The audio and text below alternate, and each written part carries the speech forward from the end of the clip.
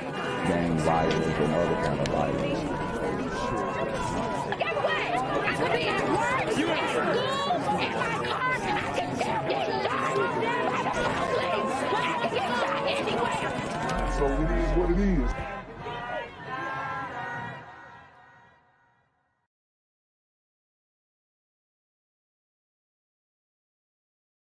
Hours after the bodies of 3 young children were found inside an apartment in Merced County, deputies continue to investigate. The initial call for service was made to the LeGrand Apartments this afternoon, just after 2, after several neighbors walked into one of the units and found the bodies of the children. They also found a woman suffering from injuries. CBS 47's Juanita Adame has the latest. Wow. Wow. So we got 3 kids found dead in an apartment. And this is in California, in the LA area. Got a lot of super gremlin demon time activity going on over there. Okay. They call it the City of Angels, but nowadays it's looking more like the City of Demons. Merced County deputies entered that apartment this afternoon. They say this will be a long and very difficult investigation. It was behind this red door, identified only by the letter A, at the LeGrand Apartments in the small town of LeGrand. That Daryl Allen, a deputy with the Merced County Sheriff's Office, said they made one of the most gruesome discoveries in their career. And this right here is going to affect this town.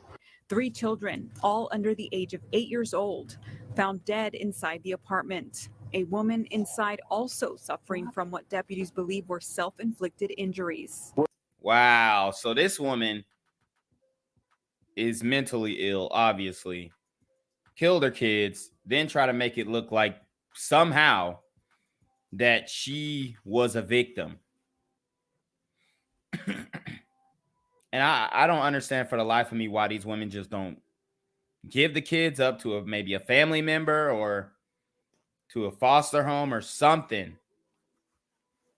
But this is crazy, bro. We're in contact with the family members to let them know what has happened. You know, this is a very stressful time for everybody, especially family members. A welfare check was made at the apartment sometime after 2:30 Wednesday afternoon. When we got out here, deputies responded to the area, started talking to people, and found 3 deceased juveniles inside one of the residents here.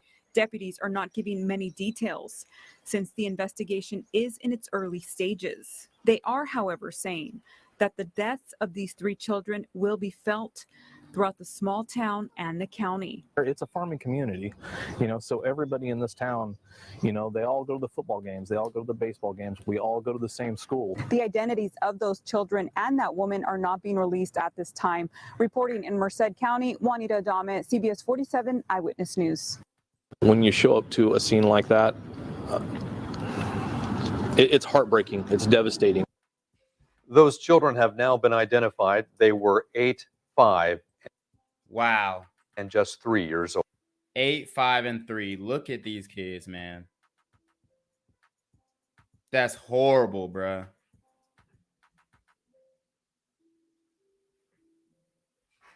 That's horrible.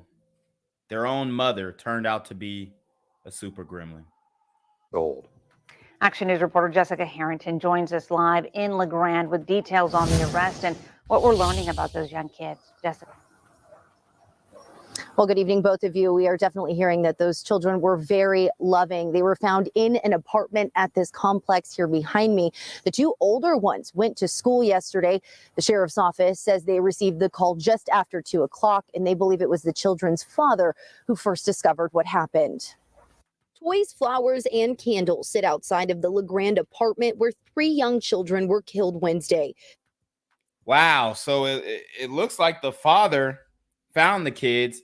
And this, to me, looks like maybe there was a custody discrepancy. And a lot of women who feel some type of way about their baby's father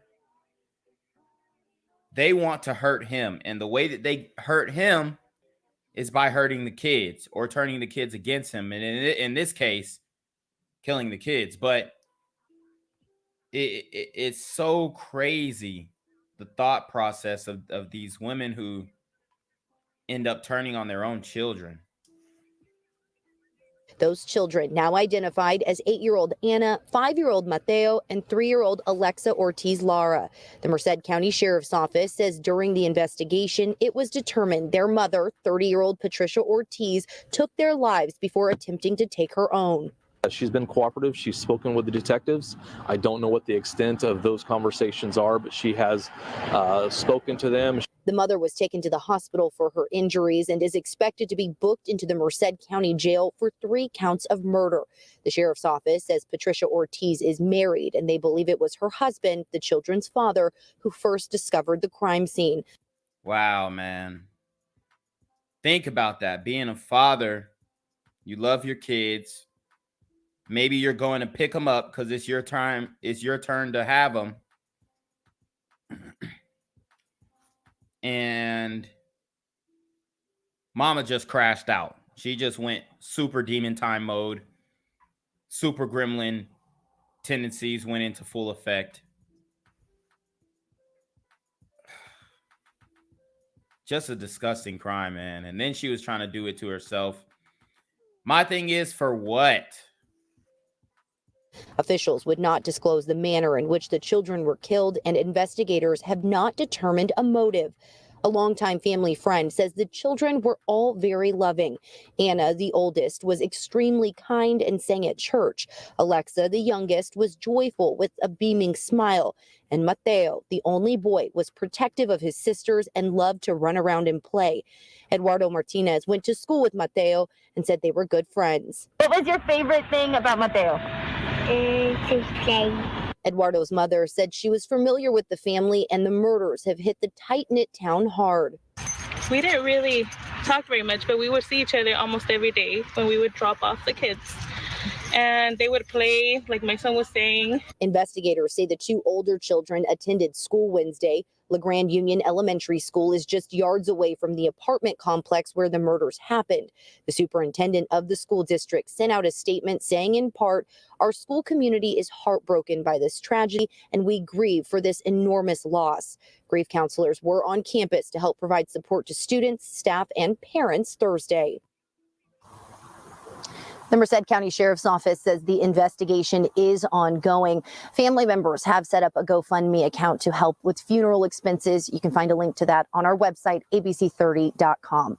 Live in LeGrand, Jessica Harrington, ABC 30 Action News. Tragic scene in the Fairfax district of Los Angeles. A woman killed today. The body found inside a store on La Brea Avenue. Jessica O is there tonight. She joins us now with more. A lot of questions here, Jessica.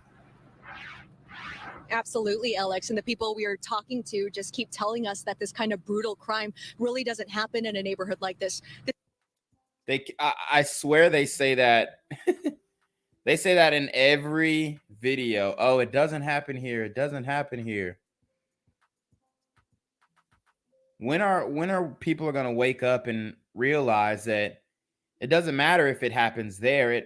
What matters is the people who are doing this, the super gremlins who are doing this, where they're at. That's all that matters. This 24-year-old woman was killed while she was working at a furniture store. This is right next to a synagogue. This also happened in the middle of the day in broad daylight, and now police are still looking for that suspect. So you know it was a super gremlin because it happened in broad daylight. Detectives say 24-year-old Brianna Kupfer was working alone at the Croft House on North La Brea Avenue when she was brutally attacked and left to die in the middle of the day. Here she is pictured in her LinkedIn page. To find out that there was a dead body 30 feet away is astounding. Ari Goidry works right next to the furniture store. When it happens, like right there, it's like, whoa, this is, I don't know, wake-up call or what? It's very disturbing. Police do not know the motive, if this could have been a robbery or if the suspect and victim knew one another. But the people who live nearby are heartbroken for the young woman from Pacific Palisades, especially after learning what happened. Wow, man. And she was, a beautiful young woman. Still had her whole life ahead of her. Still had her whole life ahead of her. So now what? Happened after she was killed. She was found by a customer that came into the store after the fact and discovered her on the ground. The suspect got away. Detectives say this is him wearing all black, walking through an alley after leaving the store. Wearing all black. I mean, you can't really tell. You can't really tell because he's covered up to the max. But look at how this man is walking, just like nothing happened. The fact that he's on the run from Pacific Palisades, especially after learning what happened after she was killed. She was found by a customer that came into the store after the fact and discovered her on the ground. The suspect got away. Detectives say this is him wearing all black, walking through an alley after leaving the store. The fact that he's on the run, concerning for the people who live nearby. There's always people walking up and down, so for it to happen here, it's extremely concerning. Detectives say it's also very rare. We have not had any violent crime occurring in this corridor. There's generally no crime here whatsoever. At this point, investigators are not saying how the victim was killed, only that they are continuing to search for the suspect. An unusual crime leaving neighbors with a shattered sense of safety. A lot of the residents are on edge right now. You feel like you can't walk outside even during the day. Certainly frightening for this community. And tonight we learned that detectives have actually interviewed several people of interest. So far, no arrests have been made, and police are just really hoping that someone out there recognizes that suspect from the surveillance video. Reporting live at the Fairfax. Ain't nobody finna recognize him unless he got that same fit on. It's a dub. District tonight. I'm Jessica O, Fox 11 News. I'm Colleen Williams. And I'm Chuck Henry. The murder in Hancock Park happened right in the middle of the day, and investigators are still at the scene on La Brea near Beverly Boulevard. And so is our Ted Chen. Bringing Ted live right now. Ted, what have you learned about what happened here? Colleen, Chuck, this comes as a shock not only to locals and businesses in the area, but also the LAPD, which says that this area of Hancock Park has not seen the rise in crime that we have seen in other parts of the city. In this case, a woman killed as she was working inside her own store. I'm going to step out of the way. And if you see where that white tent is, that is right in front of the store where this happened. And we want to show you the video now. Police say the victim was an employee inside the Croft House furniture store here in the 300 block of North La Brea. They say she was alone inside the store when the suspect attacked her. The call came in around 2 p.m. this afternoon, assault with a deadly weapon. It appears this woman was stabbed to death, her attacker, and we don't know so far whether they knew each other or not. Wow. And maybe it's a begrudged boyfriend. Maybe somebody tried to holler at her on the street. She denied him. He got mad. But like he said, it looks and it appears to be very personal. It appears to be very personal, but also there really doesn't have to be a reason. I mean, we cover stories on this channel where super gremlins kill and there is no reason. It's just, something that they're accustomed to doing, something that they enjoy doing. It's like I said, a lot of these super gremlins take pride in catching bodies, especially the more gruesome it is. So it's very unfortunate that this happened to this woman, man. But I'll stay on this one and we'll figure out exactly what the motive is, if they're able to get some clues or find out about the guy who did this. Ran away down an alley and another customer discovered the victim. She was there by herself, and there was another person in there with her, the suspect, and she was attacked by that suspect and she was killed. Not much information about that suspect at this point, except police say he was wearing a black hoodie and a white N95 type mask, skinny jeans, dark shoes, and carrying a backpack. Again, he was last seen going out of the store in the back and going northbound in that alley here in the area of Hancock Park, just north of Beverly, 300 block of La Brea. Reporting live from Hancock Park, Ted Chen, NBC4 News. Chuck, Colleen, back to you. The suspect search is on tonight after a woman was killed while working at a high-end furniture store. Well, now an investigation is underway into the assault turned murder in Hancock Park. It happened at the Croft store on North La Brea Avenue. And that's where KCAL9's Rick Montanez is live for us with the latest. Hey, Rick. Hey, tonight investigators identified the victim as 24-year-old Brianna Kupfer. They say she was working down there at the store you see. That is the Croft House, where those LAPD officers are still standing guard right now. Investigators say she was working alone in that shop when the man went in, attacked, and killed her. Watch this newly released security video. This is believed to be the man who killed the 24-year-old victim, Brianna Kupfer. Police say she was alone at work inside Croft House, a boutique furniture shop on La Brea Avenue near Beverly Boulevard. There was no one else inside the store, and she was discovered by another customer that came in after the fact. LAPD says she was discovered around 2 Thursday afternoon. Police say the man who killed her walked out the back door through the alley toward Oakwood and La Brea. We don't know what caused the attack or what the motivation was yet. And hopefully there's some surveillance, some type of surveillance in the store. Although I bet that it's, you know, very hard to watch. Hopefully they've got some more on this suspect. Investigators are not sure at this point whether Kupfer knew the man who killed her. People who live, work, and worship nearby are angry over the fatal attack. Many shared their frustrations over the crime, but did not want to be interviewed. Police are urging them to be on alert. Report any suspicious activity around their businesses in this area and to remain vigilant. As you saw, we have mounted unit working, our officers on horses, where officers are patrolling. The vicious attack happened just a few blocks south of the Melrose corridor, where last month there was a series of armed robberies. LAPD says until now, there wasn't much violence along this stretch of La Brea. We have not had any violent crime occurring in this corridor as far as anybody being attacked or any of that. So they keep saying that, and I'll just say, man, it's leaking out. It's leaking out from the inner cities, and it's coming to a town near you. So just understand that. And soon people are going to stop saying that, hey, we don't have violent crimes here. It's just going to be a normal thing, unfortunately. A young woman attacked and killed on the job.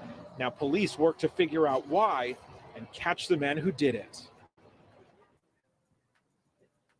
Investigators also tell me they've collected security video from inside the shop. They're urging anyone with information about what happened out here to call LAPD immediately. Live in Hancock Park tonight, Rick Montanez, KCAL 9 News. Gang violence and other kind of violence. I could be at work, at school, in my car, and I can still get shot down by the police. I can get shot anywhere. So it is what it is.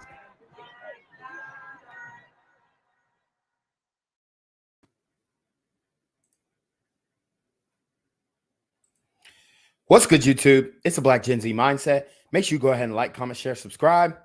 Let's get into the video. All right, guys. So, man, I have a very, it's a pretty informative video for you guys today. We're going to be breaking down the crime in LA.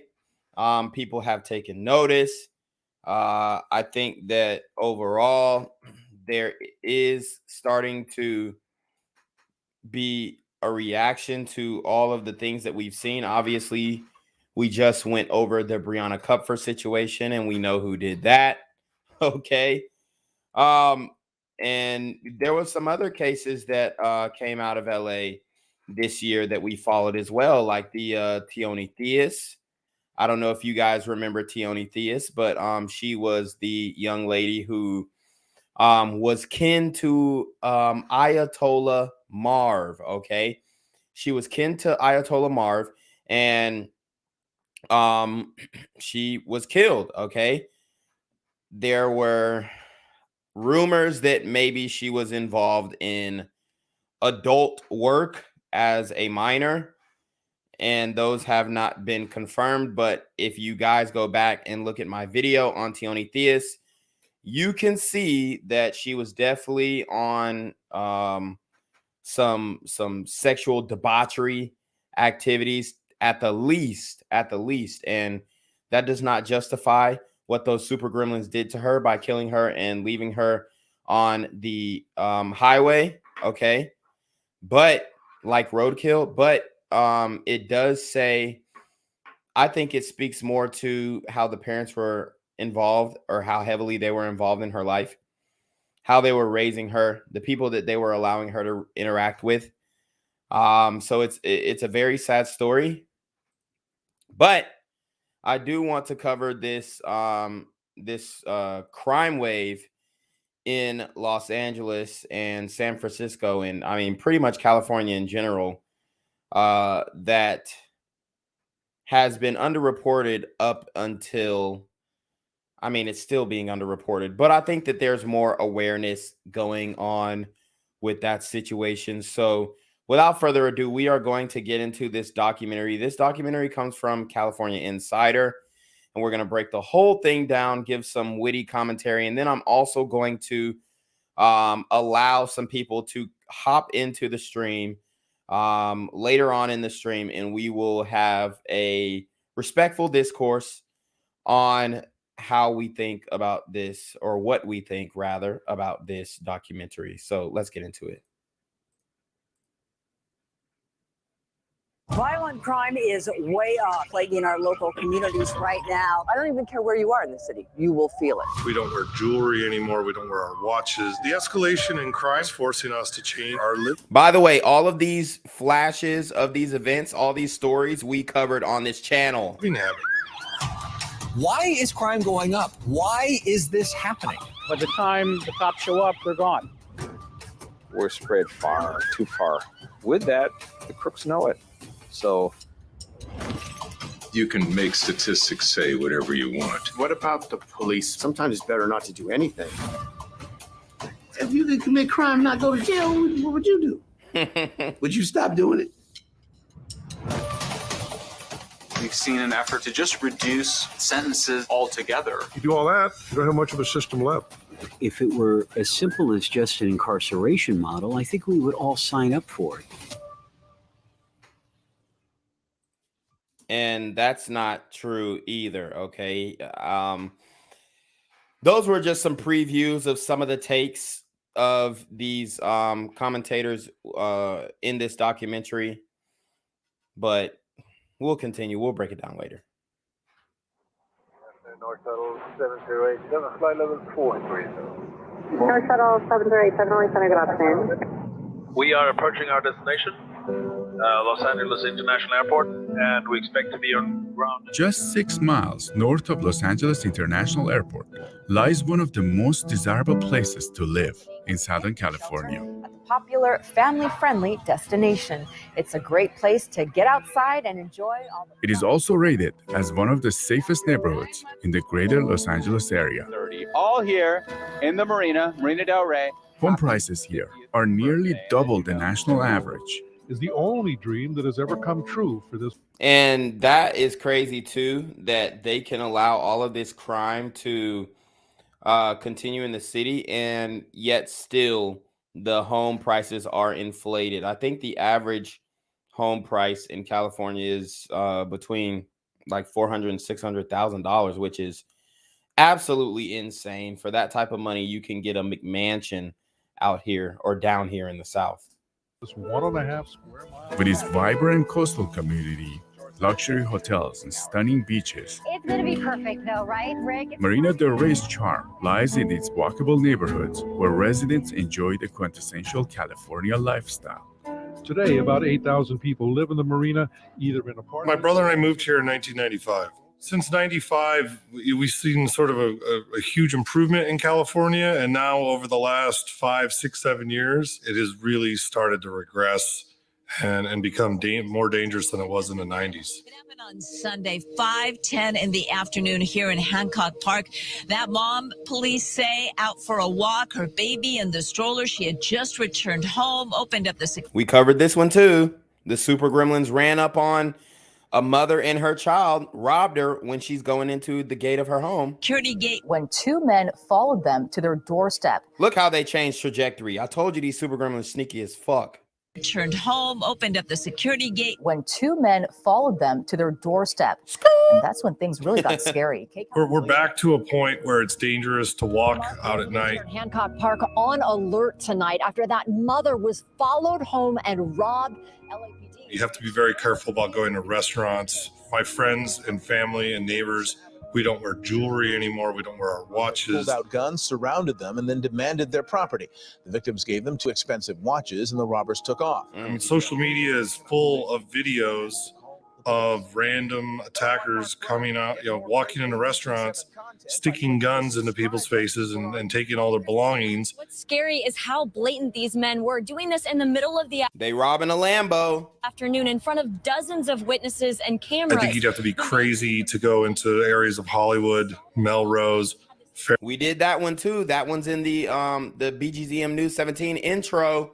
They pulled up on the Glider family while they're eating outside, told them run their pockets real sneakily, like Fairfax, where a lot of these robberies, even Beverly Hills. And this is probably one of they the running niggas over. nicest parts of downtown, a very If you're driving around in a nice car, you've worked really hard to attain a certain amount of sort of status. Right. Listen to what he said. You work really hard. That's the problem. These motherfuckers don't want to work. They don't want to work. What did we see in the last video that I did on Chicago? Hello. We have a 12% labor participation rate between, and this is a national average, 12% of black men between the ages of 16 and 20 are participating in the labor force. That means you have an overwhelmingly whopping 88% of black men between the ages of 16 and 20 years old not working. Okay. It's not like they're unemployed. Okay. Because unemployed, when you look at the unemployed numbers, unemployed only counts people who are actively looking for employment. Let me repeat. And I know I'm losing people here. No, unemployed means you ain't got no job. No, the fuck it doesn't. Okay. No, it doesn't. I studied economy, graduated with a business degree. Unemployment means that you are actively looking for a job. You're actively searching for a job, but you can't get a job. The only way to realize who is actually trying to get a job is when you look at the labor force participation rate, and only 12% of black men are between the ages of 16 and 20 are actively involved in one, looking for a job, and actually getting that employment. Okay. And then if we go between the ages of 16 and 24, it's about, I think they said 22 to 28%. It's not good enough. That's not good enough. Symbols that now makes you a target, and gangs are following people home and robbing you in your own home. And look who they're robbing. Other black men. You can't make this shit up, man. You cannot make it up. And you got people worrying about the 31 quote unquote Nazi white supremacists who showed up at a pride parade unarmed. Okay? That's mainstream news. And it's happening almost every day. In terms of the criminal element, they're always going to exist in society. There are going to be the thieves. They're going to be the rapists. They're going to be the people who are prone to violence. They're going to be the people who commit sophisticated frauds. You're always going to have that criminal element. Some people, that is the way they exist. So the only way you can impact that is through your policies and the people you have that fight the criminal element. Facts. Police and prosecutors. If you have ineffective law enforcement, well, the criminal element is going to have certain advantage and get away with stuff. And this is the thing. It's not that California has ineffective law enforcement, okay? The police are able to do their job if they're not handcuffed. The problem is these district, the problems are these district attorneys. They're allowing these guys to walk. They're allowing them to walk skate free. anything under $900, you can hit a lick. You're good. It's a misdemeanor.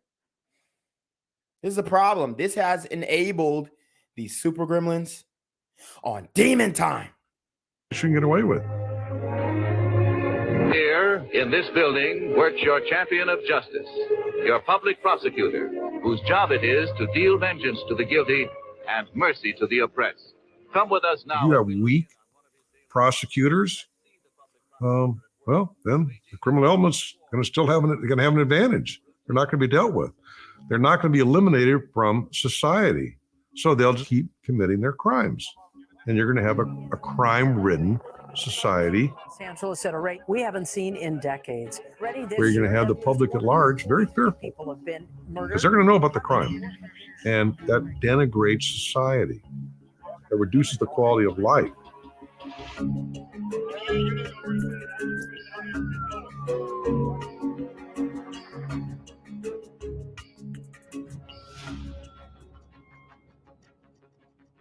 At night, basically 3 a.m. was like the witching hour. Luckily, we had installed a pretty extensive network of high resolution cameras. So a bank vault style door. Every morning while I'd enjoy my coffee, we'd review how many different criminals tried to break into our house. And I kept a folder on my desktop. Now, guys, pay attention to this part because they're going to show a multitude of criminals who tried to break into his crib. And it looks like a very diverse group. So I think that even in this documentary, they were softballing it and misrepresenting who is actually making up the bulk of these demon time activities in the Los Angeles area. Of all these events. Every night we'd have people stalking through the neighborhoods, breaking into, jumping gates, forcing. Wow. So every night, 3 out of 3 times, a glider is coming up to your door and trying to break in. Is that what's really happening?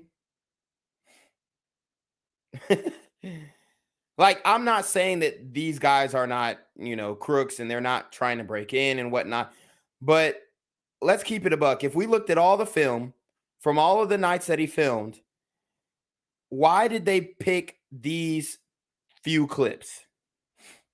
It's for a reason. Through windows, force in through your main entry doors. There we go.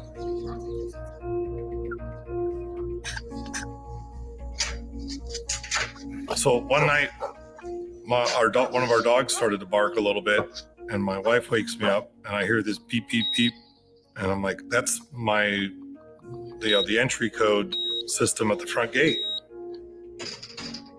So we get up, and lo and behold, there are some look like homeless individuals. They were trying to get into our property. We had to call the security service, and they ran off, and the security service only missed them by about 1 minute. It has become, sometimes that's a weekly event. Eventually got to the point where we had to start organizing our community. So well, I mean, what is the purpose of fencing your property? Why would you fence your property? Okay. Why don't you just let everybody in? I mean, that's what they're telling us at the southern border. That's what they're telling us in Texas. Yeah, just let everybody in. Borders are racist. Walls are racist. Barriers are racist. Okay? This is what they're telling us, but yet all the rich gliders in California have fenced-in properties. Presented a lot of these videos to the HOA. It ended up with a huge majority. Over 80% of the homeowners voted in favor of an armed service with a security guard with a firearm. Oh, security guard with a firearm. Like they're acting like this is something that is so far-fetched. If you choose to break into my house, I pray that somebody, if it ain't me, it's going to be somebody that blows you away. Okay? That's what I'm praying for. Like, we have to stop with these excuses. Like, it's getting to the point where you are endangering people by making excuses for why this person broke in and why they need this program and that program. Guys, we know midnight basketball doesn't work.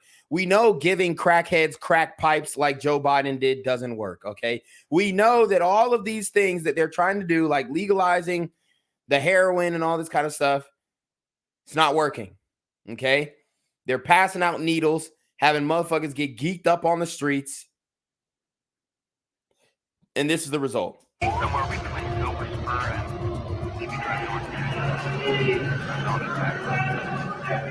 I think 2-3 years ago, the notion that they would approve having someone with a gun walking around their neighborhood at night would have probably been the other way around. But it has really flipped the electorate here. People are tired of the crime, and they're very worried about what's happening to not just Los Angeles, but California as a whole. It's a concerning trend, one that California hasn't seen in decades. Today, communities throughout California are catching a big wave. Los Angeles is certainly not alone.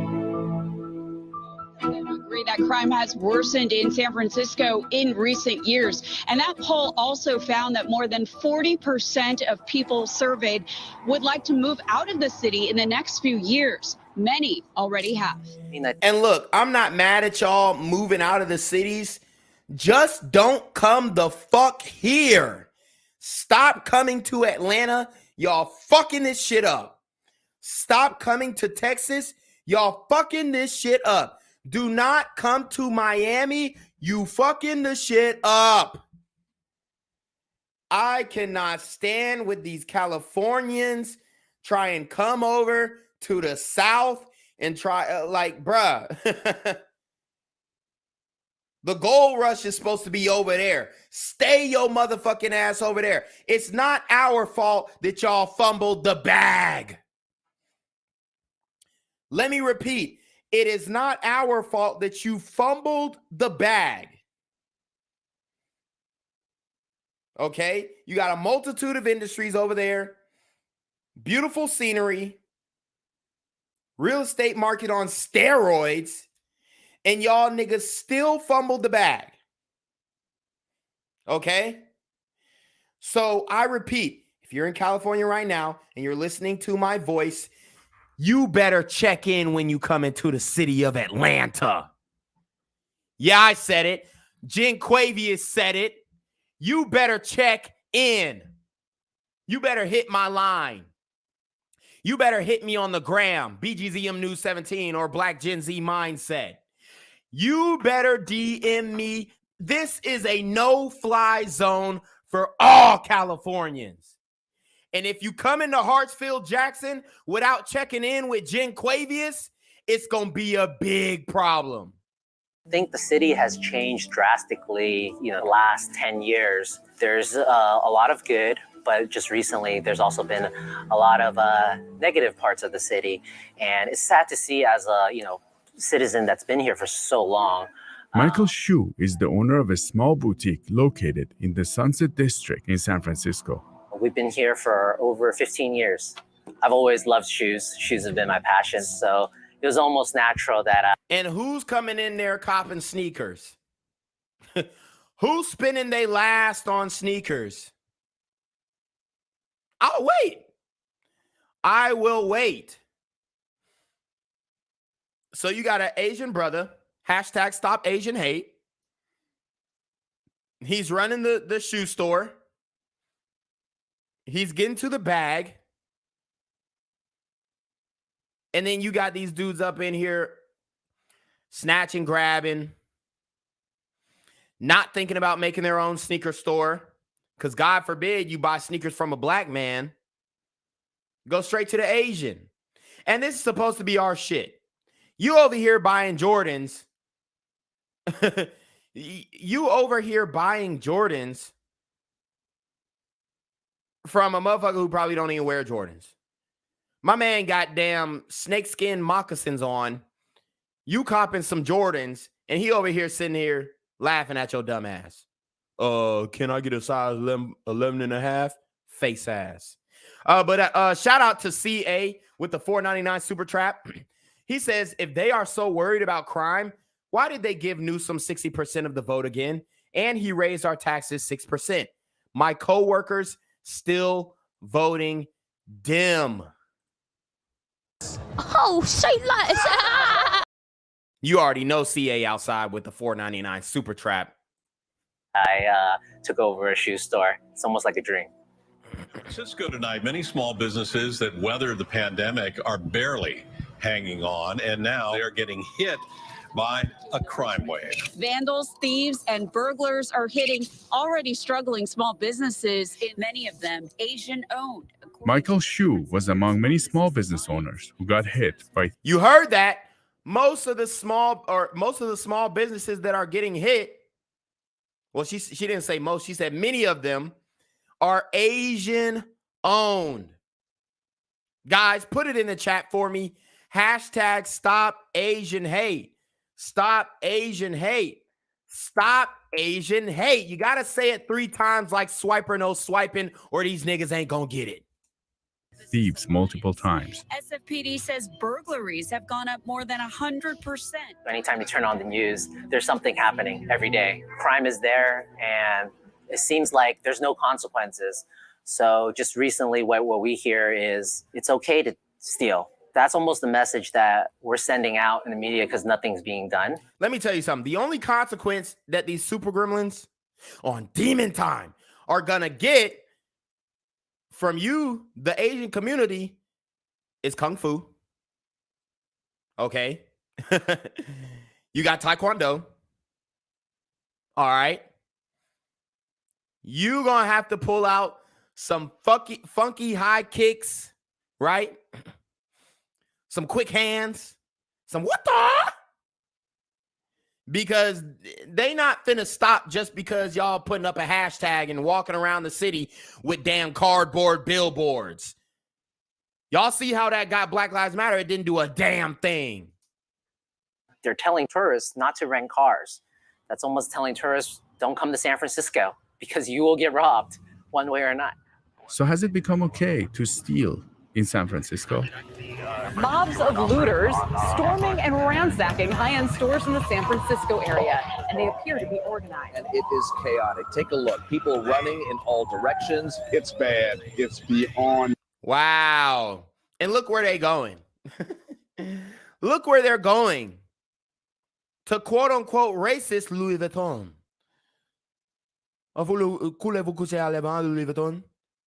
That's where they're going. That is where they're looting for. Okay? And they're trying to convince me that the only reason why these super gremlins on Demon Time are looting any stores for that matter is to get baby formula for their kids. I'm not buying it. We don't believe you. You need more people. You do. Because you got these motherfuckers going into the Louis Vuitton store when Louis Vuitton is not no necessity. Last time I checked, you can't take Louis Vuitton, throw it on the stove, and cook up supper. Oh, no. But you got these motherfuckers going into the Louis Vuitton store, running in, running up amok, coming out with thousands of dollars of clothes, and we're supposed to believe that the reason why they're doing this is because they're disenfranchised. No. They're disenfranchising the franchise. Let me repeat that shit. They are disenfranchising the franchise. Bad. It should never be this bad in a major metropolitan city. It happened 3 days in a row. Friday, Saturday and Sunday. Here's video at Nordstrom where a wave of thieves struck at the same time. Police say it was clearly... Shout out to Massey 500A. He says, with the $5 super trap, he says, those stores need to hire David Jew for security. Oh, say less. a planned event, and one store employee was even pepper sprayed. Most of the time, they take merchandise to sell off for financial gain. So they don't even use the merchandise themselves personally. Now, 3 of the top cities for organized retail theft in the United States are in California. LA is number 1, San Francisco's, and Sacramento. What makes it complex is that the ones who are stealing are covered that one too. Referred to as boosters. Booster, it's a job. A booster wakes up in the morning, and that's what they're out to do. Boosters can be someone on a local level who... Shiesty mask. Guys, this is what I've been talking about. The whole time I've been on point. And you got members of the community coming into my chat, coming into my comments section, denying the material facts that I'm saying. And that's what they're out to do. Boosters can be someone... Shiesty mask. Shiesty mask. Shiesty mask. And this is a camouflage Shiesty mask. He's Super Grumman's giving it up, y'all. On a local level, who only hit the stores in the city or the town where they live. The next level of boosters are the ones who jump around from town to town or city to city. The merchandise goes to what's called a fencer, and the fencer is... So they're able to jump around from town to town, city to city, but we're supposed to believe that they're broke. They're jumping from town to town, city to city before they even sell the merchandise. Oh, okay. One who will mark and sell the products, and they will do a process which is called cleaning the merchandise, removing all the stickers and anything that would indicate where that particular item was stolen from. The fence. And as a matter of fact, I actually saw a video today of this woman, quote unquote, cleaning the merchandise. Okay. And she actually used a condom. Okay. Get this, guys. She used a condom to clean the merchandise. I want to find that video for you guys. But she used a condom to clean the merchandise. And like he said, what cleaning is they're basically removing any type of insigniary that would show that, oh, this product belonged to this store and whatnot. So this motherfucker used a condom to clean the merchandise. Let me find that, and then I'll bring it up. They are using everything that we have out there, getting online, selling the merchandise online, from social media to chat platforms to mobile devices, texting and so forth. Sounds like a very elaborate operation. No, it does, but it's really not that complicated, and that's why it's so successful. This is the San Francisco we know and love. Framed by the Pacific Ocean and San Francisco Bay, preserving and enhancing the city's unique human scale and livability require a special effort by its caring citizens. Realizing a dream. We invite you to be a part of it.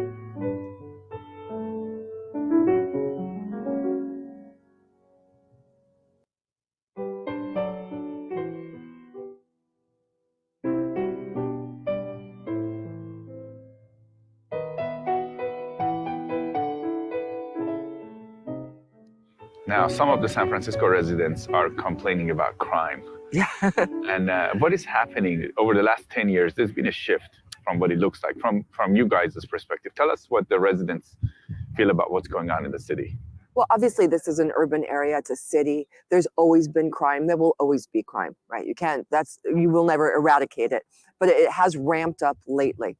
The escalation is absolute. It is marked. I think most people in just about any area of the city are now feeling it very much on a personal level.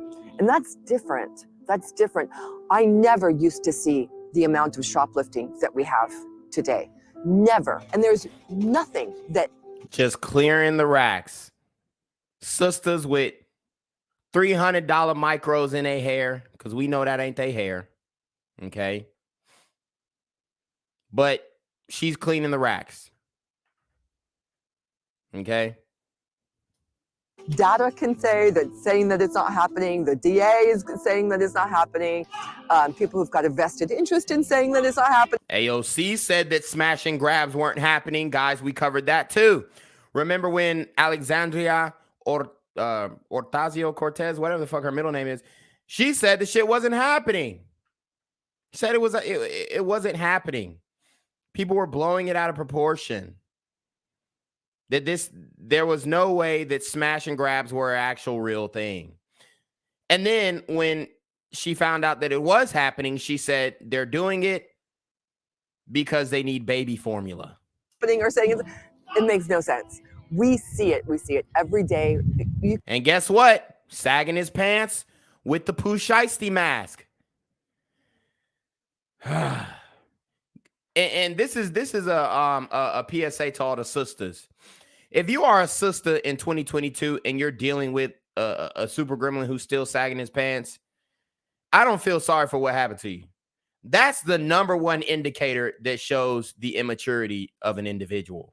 Straight up. That's the number one indicator. You could go into Walgreens right now or Target or Safeway, hang around for 5 minutes. You'll see it.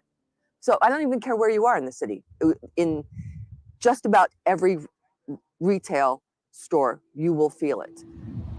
However, what we saw and heard on the ground contradicts recent crime statistics. According to official data, violent and property crime rates have hit historic lows in California in recent years. So could the data be wrong? Or is the rising crime anecdotal?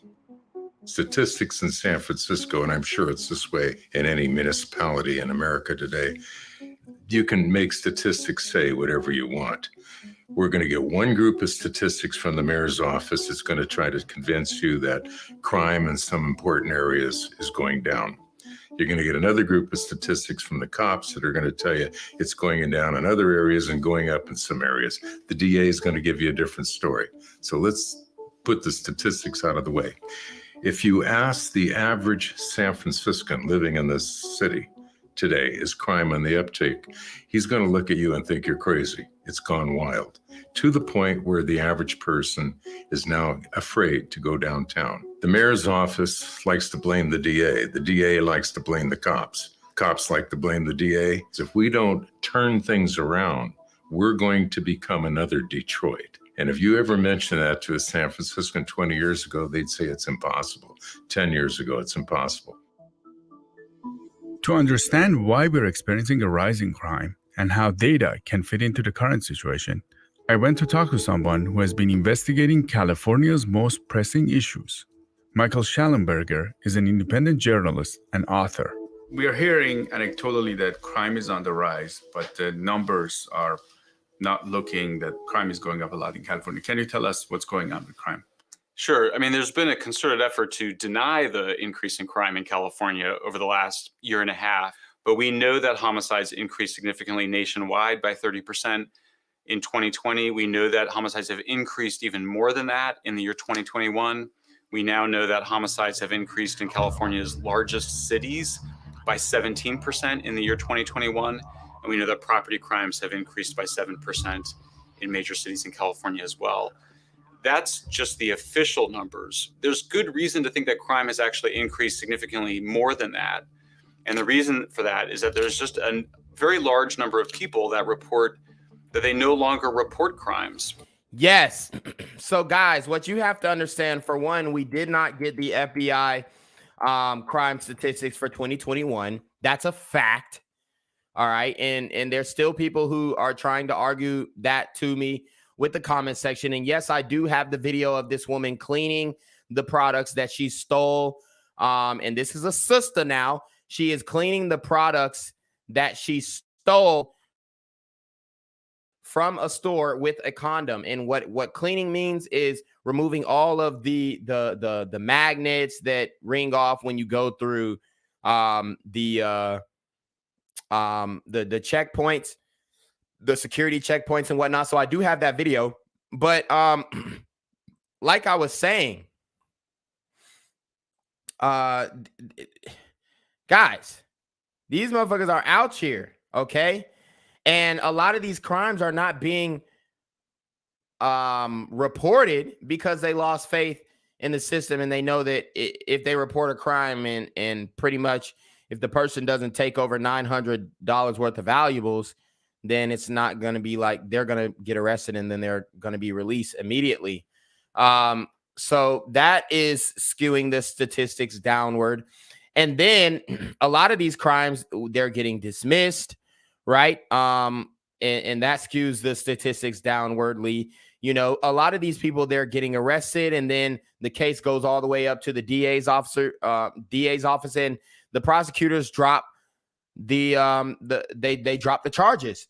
So that also has an effect on the crime statistics. So they are trying to manipulate the crime statistics in California to make it seem like it's not happening, but in all actuality, it's exploded, and it's probably bigger than ever before, but we'll never know, especially for the year of 2021, because the FBI was not able to release those statistics because they didn't get enough data to come back to them from all 50 states. So now what I'm going to show you guys is this sister who is, quote unquote, cleaning the products and making it so that she can sell these stolen items on the streets. So let's get into it.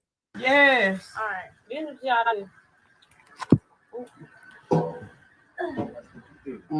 that's what you do. I don't care. That's what you do. You heard what she said? I don't care. I don't care. That's what you do. I don't care. Okay? She doesn't give a fuck. She doesn't give a fuck how she's affecting the business. She doesn't give a fuck how she's affecting the perception of black women. She don't care. It don't affect me, so I don't care. The selfishness in these women. And these hoes will use a condom for everything but having sex. Okay? They'll use a condom for everything but having sex. If you don't believe me, go back to the video that I did on abortion. Leading in abortions. Leading. Okay? Volume in executing their own seed. But they will take a fucking condom and remove the security off of a pair of jeans. So and this is the argument that I fucking hate hearing. These motherfuckers will say, oh, well, they don't have reproductive health education and whatnot. So that's bullshit. These motherfuckers know how to use a condom. Motherfuckers be blowing up condoms in the hood like it's a damn balloon. They know how to use a condom. They just don't do it. They use them for things like this. Cleaning stolen goods. That's what you do. I don't care. My condom. What?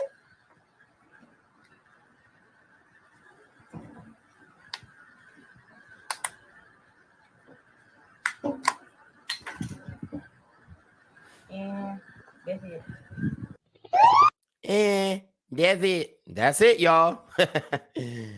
That's it. Okay?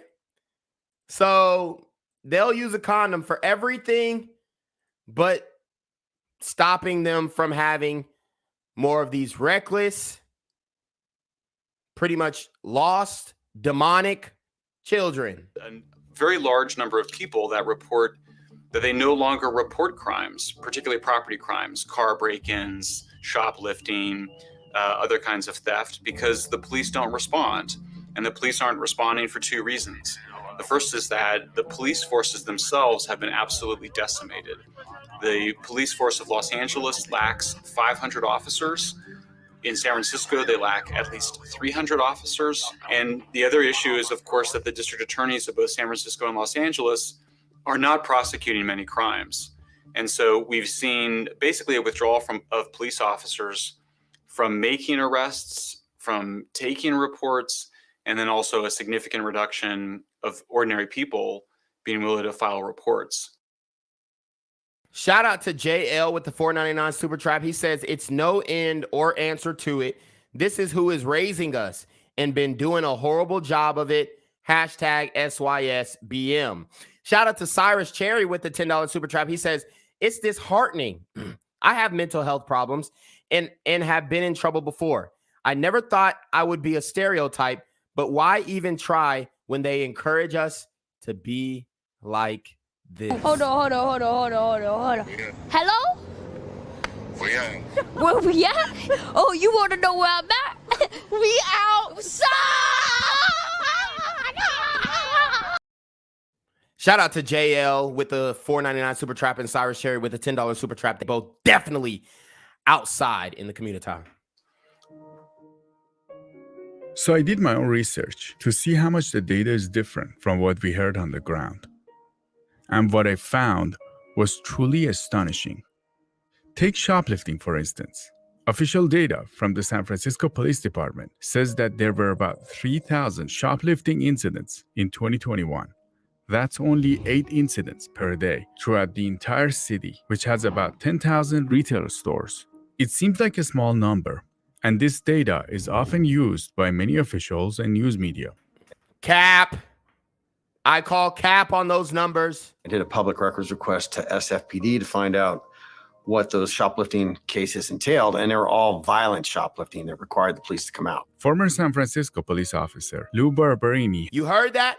So in the incidents reports, they're only reporting violent shoplifting.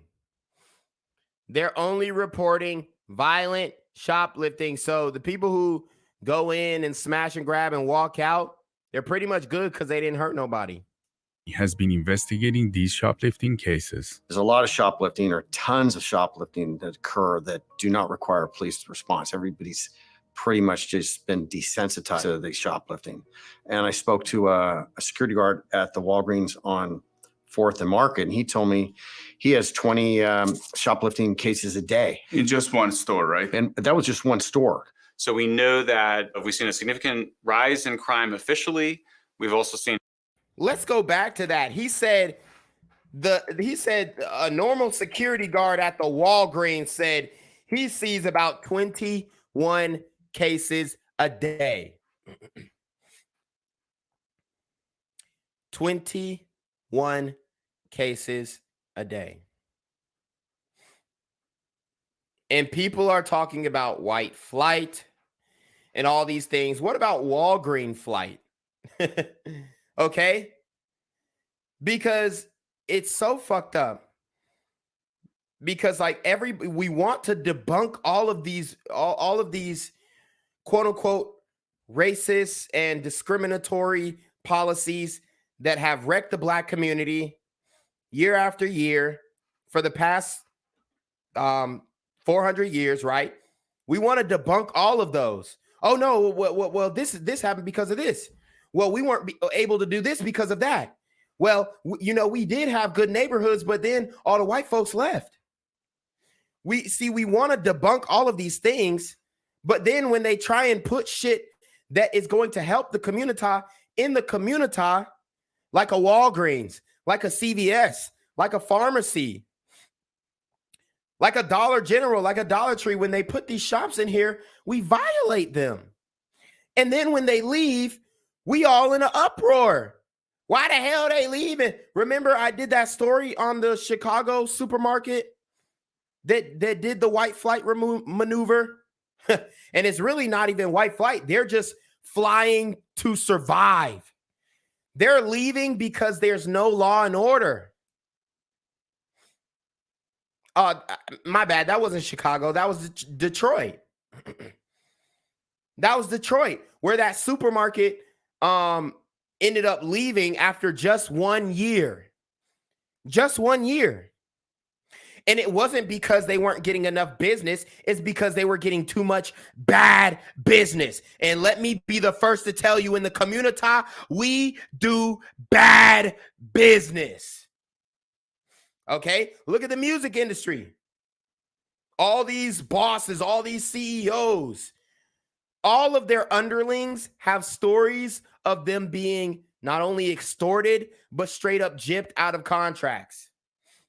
No cash advances. They give you a car, a chain, and then you're a slave for the rest of your life. Shout out to Hot Black Desiato. He said, dated a few sisters. It's insane how you can get them to do stuff like this, but try to tell a BW she should come on a walk for her health. Why we got to do that? You damn Right. Hold on. Hello? Where we at? Oh, you want to know where I'm at? We outside! Uh-oh, hot black Desiato in your local community dating sisters. He's definitely outside with the bullshit. A security guard at the Walgreens on 4th and Market, and he told me he has 20 shoplifting cases a day. In just one store, right? And that was just one store. So we know that we've seen a significant rise in crime officially. We've also seen a decline in reports, and we've seen a decline in arrests. So people are not imagining things. Crime really is rising. Oh, but I thought we were supposed to be imagining things.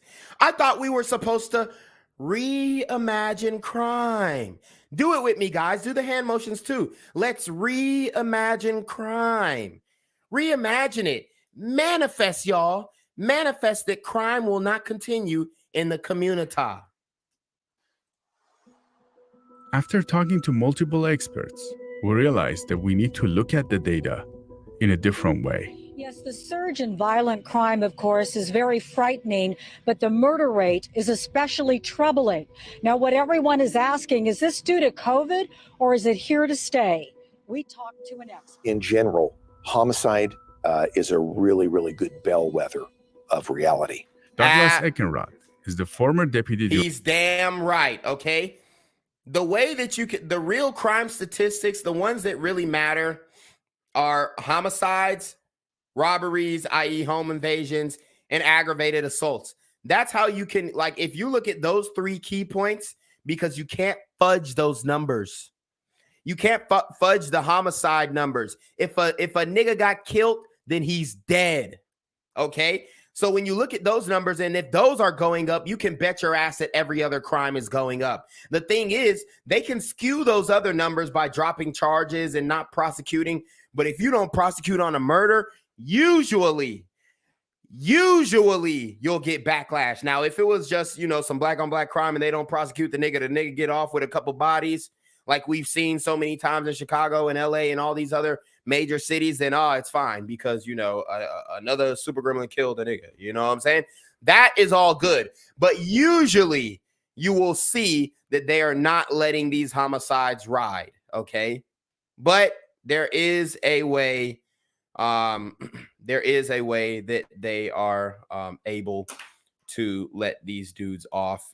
As you can see with Kim Kardashian and the Julius Jones situation, and I might do a breakdown of the Julius Jones situation as well. This is why we need to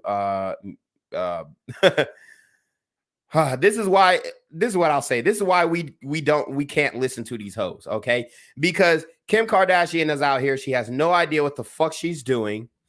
She's trying to walk in the footsteps of her father and be a quote unquote lawyer by basically getting crooks off. And it's fucking disgusting. She has no type of care for the families, no type of care for the victims. She just wants to look good because she's getting black people out of jail. Nah, them niggas deserve to be there. Director of California State Parole. Los Angeles County Sheriff's Department data from January 1 to December 31st of 19 to 2021. Immediately what strikes me here is a disconnect between the criminal homicide rates that have exploded, much larger than the rest of the state of California. Woo! Look at that. Part 1 crime statistics. This is coming from the Los Angeles County Sheriff's Department. Criminal homicides in 2019, 145, 2020, 199, 2021, 281. Okay. There was a 41% increase between the year 2020 and 2021. And there is a 93% increase between the year 2019 and 2021. Okay. We're looking at 2-year changes here that are approaching 100%. And when you look over time with criminal justice data, you see that there's a relationship between homicide, robbery, and aggravated assault. Generally, those numbers kind of through common sense work together. Yeah. And okay, so that means that they have a congruent relationship. All right. Robberies, assaults, or aggravated assaults and homicides All right. They have a relationship. They have a symbiotic relationship. So when homicides go up, usually you'll see robberies and aggravated assaults go up. So it doesn't make sense for these crimes to go up. And then these other crimes, these lesser crimes, but still serious crimes, have an inverse effect. See, that doesn't make sense. Okay. Because if niggas is killing, they're doing everything else. My grandmama used to tell me, if you'll lie, you'll steal.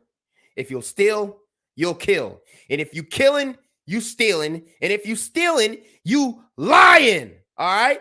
Shout out to Dave CA with the $5 super trap. He says, if all those stores close and leave and there's nothing left to steal, the woke legal heads will brag that shoplifting has gone way down. You're absolutely correct. So when you see specific municipalities, specific jurisdictions break that connection between criminal homicide, which is sort of a number that can't really be tinkered with. It's a person who's deceased and a coroner's made a determination it was a homicide. When you see that number break from the associated numbers like robbery and aggravated assault, you see one go up and the others trend stable or down. There appears to be a reporting problem there in my estimation. Absolutely. Shout out to BMore1990 with the $10 super trap. He says, we've seen this in Baltimore for years. Politicians putting out declining crime stats while murders stay high or even go higher. Hold on. Hello? Where we at? Oh, you want to know where I'm at? We outside! Shout out to BMore1990 with the $10 super trap. You know for a fact he outside if he up there in Baltimore. Stay up, brother, and stay safe. All crime across California in aggregate has gone up. But you see some anomalous counties where I believe there's an underreporting of crime, either intentional or unintentional. They can't hide the 93% increase in homicide number. Why can't they hide the homicide? How? Well, when somebody is deceased and the coroner makes a decision, there's a tally. That number's captured. So based on your experience, So he's saying the only reason why they can't fudge the homicide numbers is because when somebody die, they dead. Data that we can trust now is the homicide data.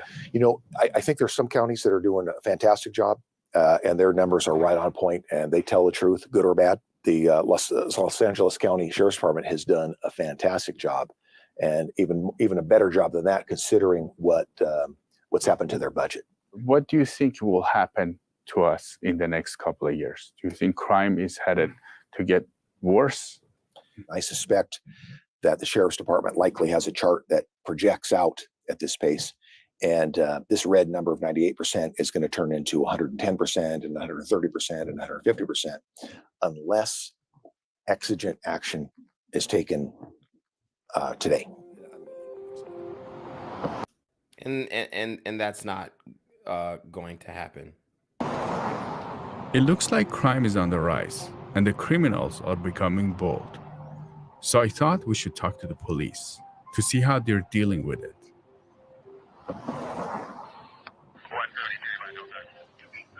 So I'm Rich Sabati. I'm a sergeant in the San Francisco Police Department, driving these guys around, kind of showing what's going on in San Francisco. Richard Sabati has been a San Francisco police officer for over 14 years. He shares what it's like to be a police officer in a major metropolitan city these days. These are all my own personal opinions. So the parking lot back there is known for a lot of car break-ins. There's usually kind of roving crews that go around the city, hitting cars and breaking windows. Over here, this car the wheels were stripped off the other day. Made the news yesterday. So, What about the police doing about it? How does the police feel about these crimes? Can they do much about it? It's a hard crime to arrest people for because you usually have to try to catch them in the act. We had plainclothes teams that were doing a pretty good job of catching people, but once we arrest people and then it goes to the district attorney's office, after that, it's up to the district attorney's office to provide some kind of consequence. There you have it. There are no consequences. There is no law and order. How about the police force in San Francisco? If you can explain what's going on with the police force. I mean, I've been in the police department for 14 years, and I don't think I've ever seen morale lower. People are leaving in droves. We'd probably lose 5 to 10 officers a month right now. As they should. I mean, these officers, they should do what's best for them and their family. I know you have attachments to the city. I know you love the city. There's a lot of officers who have grown up in the city and don't want to see it fall. But your efforts without those prosecutions are to no avail. So yes, you should leave the city and you should leave them to their own devices. Okay. Leave them to their own devices. And then we'll just call San Francisco as a whole a loss in a wasteland, and we'll move on. And then we will make sure that we do not repeat history. Okay. But at the end of the day, these guys got to do what's best for their family. So yes, they should leave. They shouldn't put up with this shit. They shouldn't, stand and be castigated and chastised for doing their damn job. And if they do a bad job, if they make a mistake or whatever, yeah, there should be punishment for that mistake. But that doesn't mean that you go and punish the whole department. Obviously, they have adhered to the mob when they said defund the police. And although all these counties want to say, oh, no, we didn't defund the police. We didn't defund it. We put the money here and money there. Yeah, y'all made it so that the police morale dropped, and y'all distributed or redistributed funds to other programs that may be connected to the police department, but not directly effective in lowering the crime rate, specifically murders, robberies, and the aggravated assault. Shout out to Cyrus Cherry with the $5 super trap. He says, while her city burns, Nancy Pelosi is appearing on RuPaul's Drag Race show. Oh, say less. A lot of cops have felt like they've lost a purpose. They've gotten the job because they wanted to help people and go out and, make arrests and try to improve life in the community. But when they go out and they make arrests and then either get in trouble from our local civilian oversight board, or when the people that they arrest are getting no consequence, it feels like they've lost their purpose of their mission.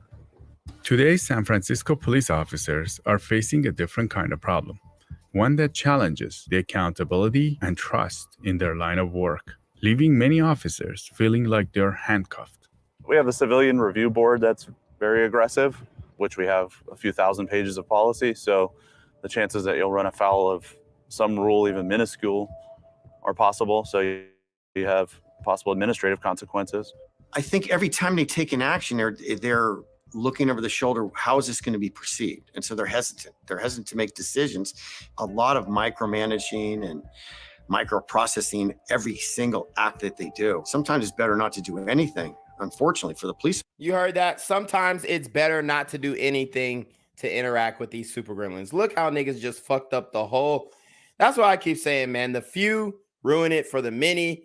They done fucked up all of policing. So now these dudes are scared to do anything. They see a smash and grab. They don't want to run up. They don't want to run up on one of these super gremlins, because if they get seen fighting this person and it gets put on film, they're going to be on administrative leave, unpaid or paid or whatever you want to call it. It doesn't matter. They're going to be chastised. And then the whole country is going to dox them, look at them as if they were racist, when they're literally trying to keep the community safe. Officers then to take action. But then also, if something goes wrong on the call and then now you have to use force and somebody gets injured and the DA investigates and thinks that use of force was, excessive or wasn't necessary, then now all of a sudden you yourself could be subject to criminal prosecution. So that's, constant, worry, I would say, in people's minds. Now, you were a police officer, right? For how long? 21 years. If you were to join the force today, would you do it? If I was going to join the police department now, I'd do it because I was hoping that things would change. Only with that. If it's going to be this way from here on out, I would not want to be a police officer. I think it's really tough. Quit. Quit. Go somewhere where you're appreciated. Florida's taking in police officers from New York and Chicago and California. Just don't bring them damn policies over here. But yeah, bring that work down here to the South, baby. Quit. Leave them motherfuckers to their own devices. And when they start getting picked off, then they'll be like, bring them back. Bring them back. I think to be a police officer in any big city or San Francisco right now, you're heroic because there's so many things you're working against. The media, the perception that you're all out there racist and biased. And so it's really difficult. Police are leaving the Oakland Police Department in record numbers. Reports that resignations were up 45% in the last year alone. Retirements up by 18%. And police officers across the nation are turning in their badges at an alarming rate. Police department also seeing a shortage as well and seeing fewer applicants this year. With respect to law enforcement in Los Angeles County, I think it's fair to say that morale is in the toilet. Many people who might be inclined to go in law enforcement, really good candidates, are saying, law enforcement's not respected by the public at large. They're unnecessarily criticized, in some cases, wrongly prosecuted. Why should I become a law enforcement officer? Then you have more and more law enforcement officers saying, I pretty much had it. They'll either leave the jurisdiction where they served proudly, or they just retire.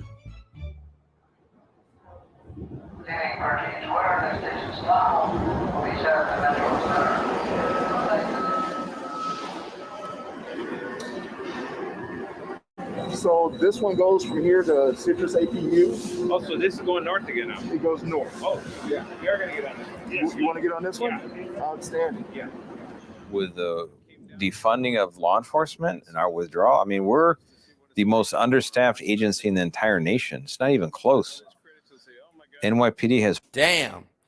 And all them folks in California, them super gremlins, them burrito gremlins, and them glider gremlins going wild on the streets. And Los Angeles is the most understaffed in the country. My man said it's not even close. These super gremlins are on demon time. There's 4 cops for every 1,000 residents. I have 0.9 cops or deputies for every 1,000 residents in LA. Alex Villanova is the sheriff of Los Angeles County, the largest sheriff's department in the country. We're spread far, too far. And with that, the crooks know it. So they have a reasonable expectancy they can do a heinous crime and get away with it, at least in the short term. Sir, so this is our problem station. We have a lot of transient population. They hit this target regularly. They do the smash and grab on a regular basis. And the fact is, when I'm missing 25% of my entire detective division, that's less detectives solving crimes, solving homicides, the robberies, the rapes, all the things that we do. I have, for every 4 detectives, I only have 3, which means they have to carry the workload of the other ones that's missing.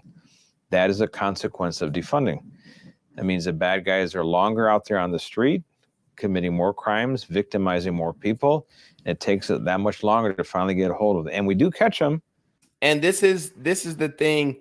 This is why over here on BGZM News 17, it's hard for us to have empathy for these liberal gliders who continue to talk about reimagining policing and criminal justice reform and all this BS. I'm going to tell you right now that most of the motherfuckers locked up, 98% of them, deserve to be there. Okay? And if they were let out, according to statistics, according to the recidivism rate, which if you haven't been watching my channel, and we've defined this over and over again, but if you need a refresher, go Google or go to Webster's Dictionary and look up recidivism, but the recidivism rate is 85%. So these motherfuckers who go in, they come out, and they go back in. That has been the model for generations, decades, even centuries. But with this reform, bail reform, criminal justice reform, now they go in, they come right back out within 24 hours. They recidivate, they go back in, and they come right back out. Put them in jail. Now we're troubled with lack of personnel to keep everyone in jail.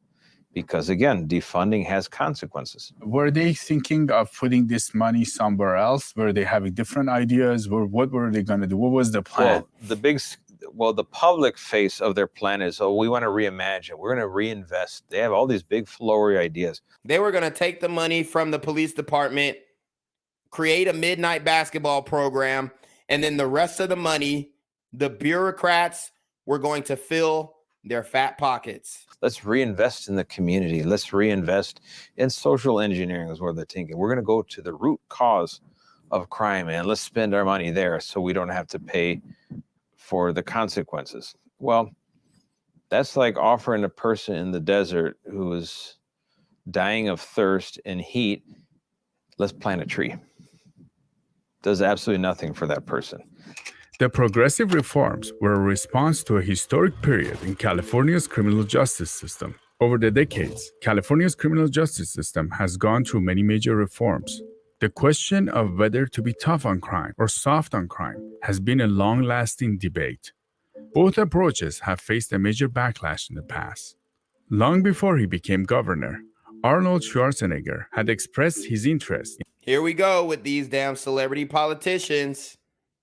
Now watch what this motherfucker did. In helping prison inmates rehabilitate. In 2006, he incorporated the word rehabilitation into the California's Department of Corrections name and restructured the agency. It was an attempt to strike a balance between being tough on crime while at the same time reducing the prison population. However, the prison population didn't decline, and cost per inmate skyrocketed, forcing California to think of new ways to approach the problem, one that would prevent incarceration in the first place. And this is why you have to continue to stay tough on crime, because guess who criminals are tough on? Guess who the criminals are tough on? You betcha. They're tough on law-abiding, innocent civilians. So if there's nobody that's tough on them, and the super gremlins are tough on law-abiding civilians, then there's no accountability system. Shout out to B-More1990 with the $5 super trap. He says Baltimore was down to 194 homicides in 2011. Then we started defunding the police and the murders started to rise again. Damn! Trust me, if we can spend the money in prison on somebody, we can spend the money up front to avoid sending them to prison because we're all safer for it. Public defender Matt Gonzalez is an advocate of progressive reform within the California's justice system. I mean, if somebody, for most offenses, if somebody is never going to do them again, then as a society, we have succeeded.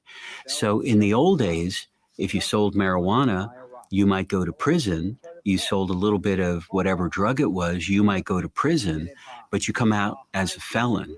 Versus, hey, we've got a case against you, go enroll in college and we will dismiss the case. Or who's going to pay for that college? Who's going to pay for that college? Okay.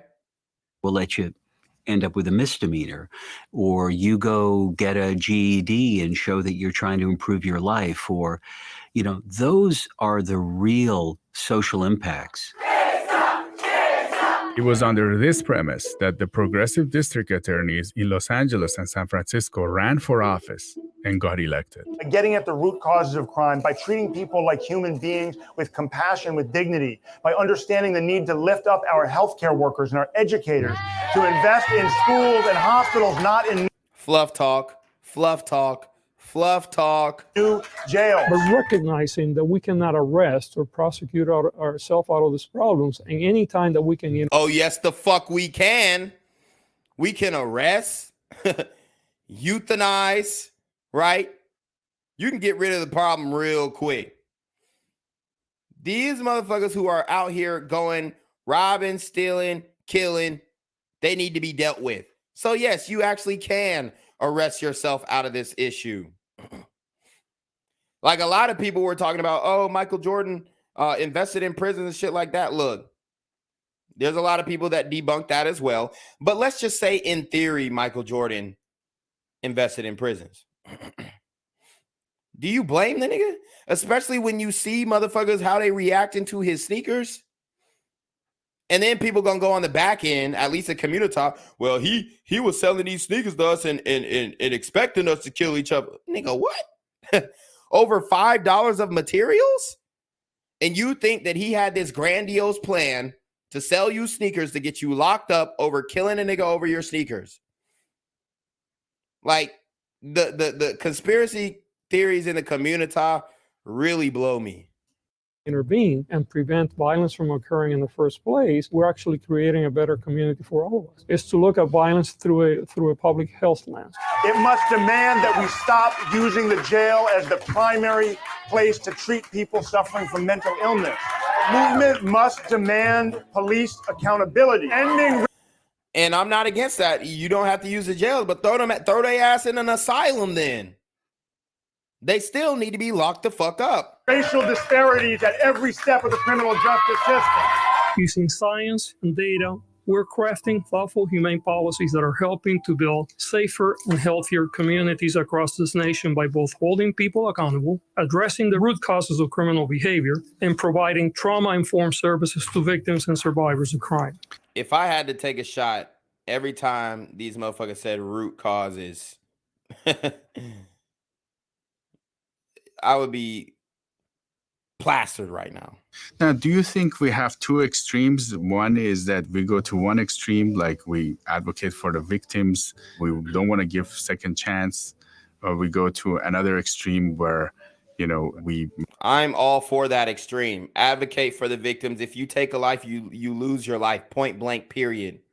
Unless it was self-defense or manslaughter or something. If you take a life, you lose yours.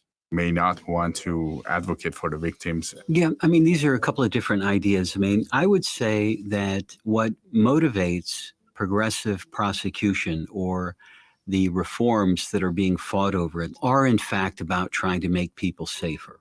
But the question is, what path utilizes a strategy that's going to try to make a person whole again and law-abiding? And if it were as simple as just an incarceration model, I think we would all sign up for it. From the 80s to the early 2000s, California's crime rate was reaching an all-time high. Really, homicides, they dipped a bit in the late 80s, but they rose significantly again. Fact of life, there are not enough police to be everywhere all the time. So safety is like charity. Part of the reason was the crack epidemic. We had very significant amounts of violence resulting in a law and order backlash. Californians approved a series of tough on crime initiatives that put offenders behind bars with longer sentences. A get tough attitude on crime, combined with a surging population, doubled the number of prisoners. Tougher and tougher laws, like the well-known 3 Strikes law, were overwhelmingly approved by voters in the early 90s. That resulted in a major backlash, a tough on crime crackdown. We incarcerated many people for very long periods of time. Proponents of tougher measures said harsher punishments would reduce crime rates, and indeed it worked. But critics say these measures made the system too costly, created overcrowding, and were too punitive. So bring it back, bring it back, bring it back, bring it back. On to this man who was busted for paying for a small package of donuts. Now, as you heard, he could be spending the rest of his life in prison. See, this the bullshit that they try and bring up. Oh, man tried to steal donuts and now he's facing the rest of his life in prison. Let's see what the fuck he did before then. Let's look at his priors. Okay? Look at his priors. Now, I'm not saying 3 strikes, you're out for every single crime. But, nigga, if you're committing violent crimes, you need to be out. You need to be out of here.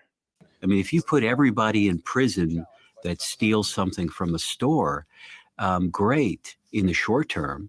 But what do you have? You've got hundreds of thousands of people that you're paying for to be in prison.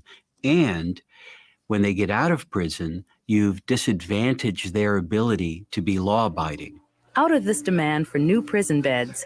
And you know what? If I had to have a choice between paying taxes to keep these motherfuckers locked up, or paying taxes for midnight basketball, I'm choosing to lock these motherfuckers up.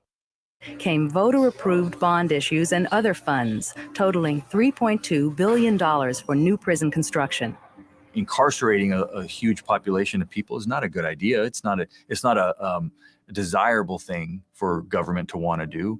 There should be as little as possible. The incarceration rate should be only what's necessary to keep the public safe and no more. In 2006, California's prisons had reached a breaking point, housing more than 170,000 people in a system designed to just house 85,000 people. Overpopulation had become a major problem. Prisoners were sleeping in gyms, hallways, and day rooms. Poor medical and mental health care quality became another serious concern, to the point that in 2011, the United States Supreme Court ruled the system unconstitutional. It was at this point that California decided to make a change, and a new era of criminal justice reform began.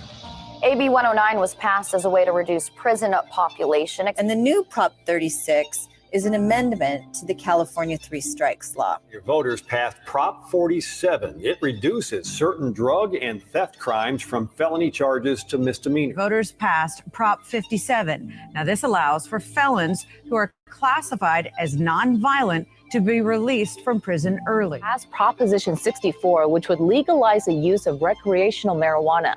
Their big one is zero bail. 76,000 inmates in California could be eligible to shave years off their sentences, including violent felons. We covered that. Remember, we covered that. 76,000 inmates they're going to release into California. Guys, vote on the poll. Vote on the poll. The question is, would you rather pay taxes to prisons or midnight basketball? All right. Make sure you guys vote on the poll. It's very important that we have this data. AB 109 was one of the first laws passed of the reform laws. For a whole host of crimes, people would not go to prison. They would go to the local jail instead. Hey, go and lock it down. Lock it down. Traditionally, jails are run by the county and used for short-term sentences only. The people locked up in county jails are typically those who have committed a misdemeanor and those waiting for a trial, and some of them may even be found innocent. Prisons, on the other hand, are for criminals already convicted of serious crimes. They're designed for long-term sentences and are run by the state. Shout out to Cyrus Cherry with the $10 super trap. He says, "You are correct, Gen Z. I was misdiagnosed for a long time, and looking back, I'm shocked I've never been deep trouble. I was nuts and should have been in an asylum. I wasn't fit for society." Damn! And you know what? That takes big guts from Cyrus Cherry with the $10 super trap. I appreciate you, brother. But that takes big guts to take that accountability and say, hey, look, man, my past behaviors were not indicative of, being able to participate in this society. So I should have forfeited my right a long time ago. And I'm thankful that you're still with us, Cyrus Cherry, today, because it seems like that you've gained a lot of wisdom and knowledge, especially if you found my channel. Not to toot my own horn, but no, I'm just kidding. But, shout out to you for taking that accountability and saying, hey, if there's a mother freaker on the street like me and he's whacked out of his mind and he was misdiagnosed, then he needs some type of treatment.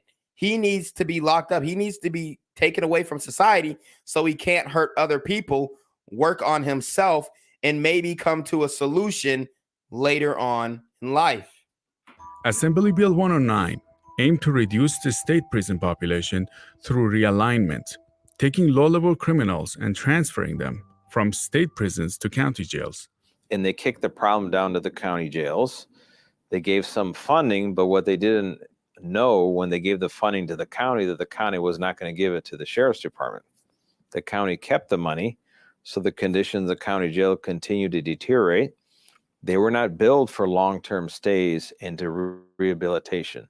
We don't have prison yards and vocational shops and all those. We have a few, but not enough. The problem is that our jails have been and continue to be overcrowded.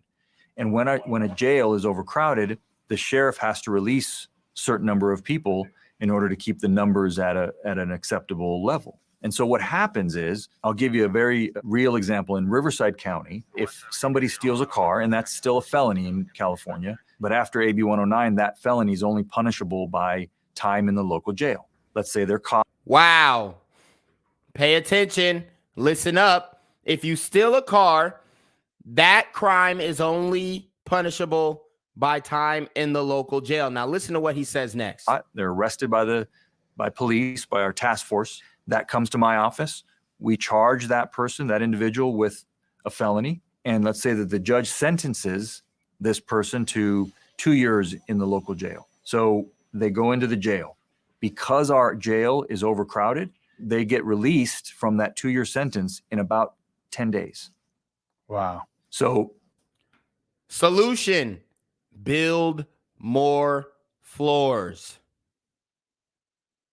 If the jail is overcrowded, build a bigger fucking jail. That's literally it. It's literally it. Hire more correctional officers, build a larger jail. If that one gets packed, expand. Use eminent domain for all I care at this point. And I'm not even a big fan of eminent domain. And if you guys don't know what eminent domain is, it basically gives the government the ability to take over any residential property, even if it's owned by a citizen. Usually they will compensate you for that, but they don't necessarily have to. Okay. So yeah, use eminent domain and expand the fucking prison. If you got to build wider, build wider. If you got to build taller, build the fuck taller.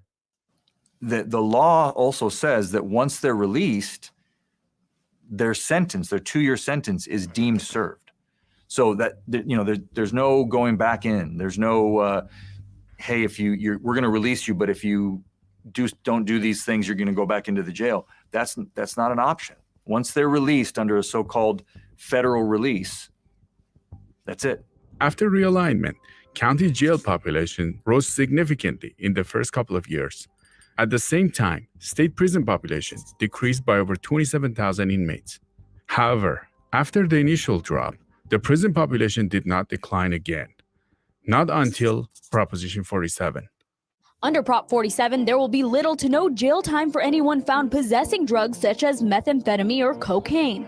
And any shoplifting, forgery, or fraud under $950 is now considered a misdemeanor. And so what we've seen is the absolute ransacking, both of Walgreens, but other stores, drugstores, and the like, up to $950. Y'all seen a security guard?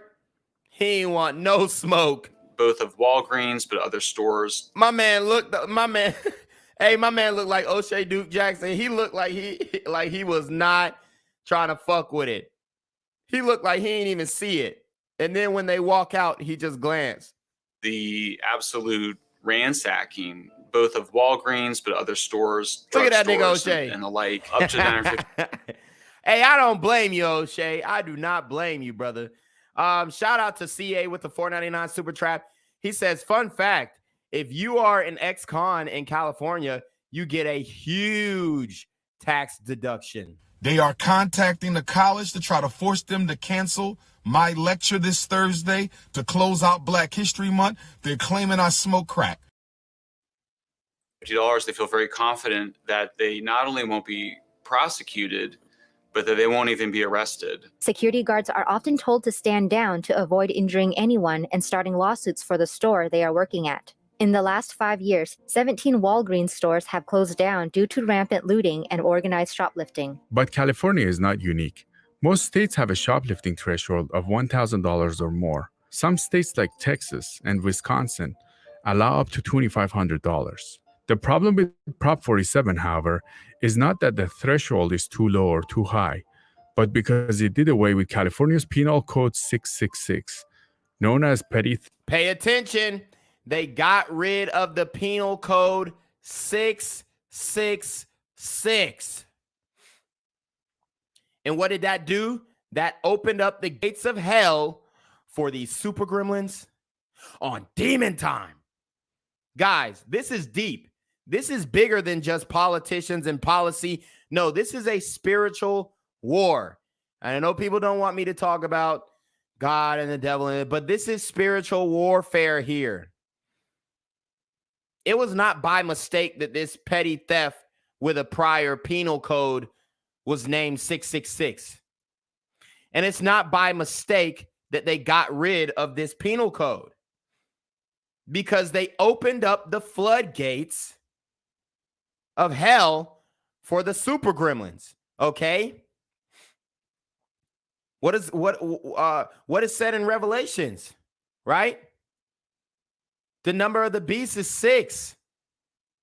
666. You can't make this shit up, man. But because it did away with California's Penal Code 666, known as petty theft with a prior. And that penal code section allowed repeat offenders for petty theft to eventually be charged with a felony.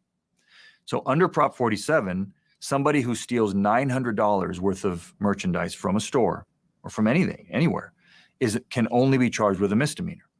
But worse, they can be charged with a misdemeanor no matter how many times they've done it and were convicted of it. So I can charge a thief, a petty thief, with a misdemeanor 100 days in a row, convicted each time, and I can never charge them with a felony. But even when someone in California steals more than $950, is arrested and prosecuted, they never see the inside of a jail cell because of our overcrowded jails. Oh, wow. So the racist criminal justice system doesn't actually lock up these super gremlins on demon time because of AB 109. So when you put AB 109 together with Proposition 47, what's happened in almost all of our counties across California is that there literally is no punishment for theft. None. People are arrested. They don't even see the inside of the jail. They're just given a ticket to come to court. And guess what? The vast majority don't appear in court. So we've all but legalized theft in California. So I'm going to ask you one question. The purpose of Prop 47 was to keep nonviolent criminals out of prison and offer people a second chance to rehabilitate. When California voted for Prop 47 in 2014, the state had spent over $60,000 per prisoner each year. Today, the cost has gone up to over $100,000 per prisoner. In theory, Prop 47 would help reduce the prison population, saving the state money on housing inmates, and use those funds to support education as well as rehabilitation programs. So they got rid of the proposition so that the cost of housing a criminal would go down, and it actually increased.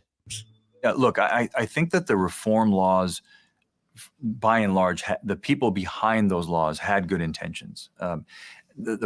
That's cap too. I'm not buying that shit. The people behind the laws had good intentions. Bullshit. Bullshit. They didn't have good intentions. What's happening now is everything that they hoped for. It's sad to say, but what's happening now is everything that they envisioned. Out of chaos comes order. Why do you think they made the movie The Purge? Okay? All of these different movies that foreshadowed what is and what is to come. Okay? This is not by mistake. This is by design. Shout out to Massey 500A with the $5 super trap. He says California needs Doom Guy to handle these super gremlins on demon time. Oh, say that. Problem is that many of the laws and the efforts are not based in reality. They're theory on how things should work, but there's been little kind of check back with, how is this really working out in practice?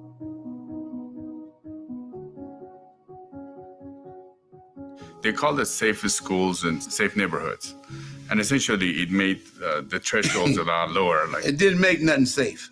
It didn't. Craig Johnson is the program director of an adult rehabilitation and reentry center in San Francisco. I mean, like not making everybody be charged with a felony for a misdemeanor, that's good. But again... Oh, that's good, brother? That's good? See, this is why the brothers are failing at being community activists. Not allowing people to be charged with a felony for theft. That's a good thing. That's a great thing. That's what he said. That's good, but like what, nigga? What? Are you serious? It has to be looked at in real time, and is it really working or is it not working? So does it make people want to commit more crime? It's easy. If you could commit crime and not go to jail, what would you do? If you could commit crime and get out of jail the next day, what would you do?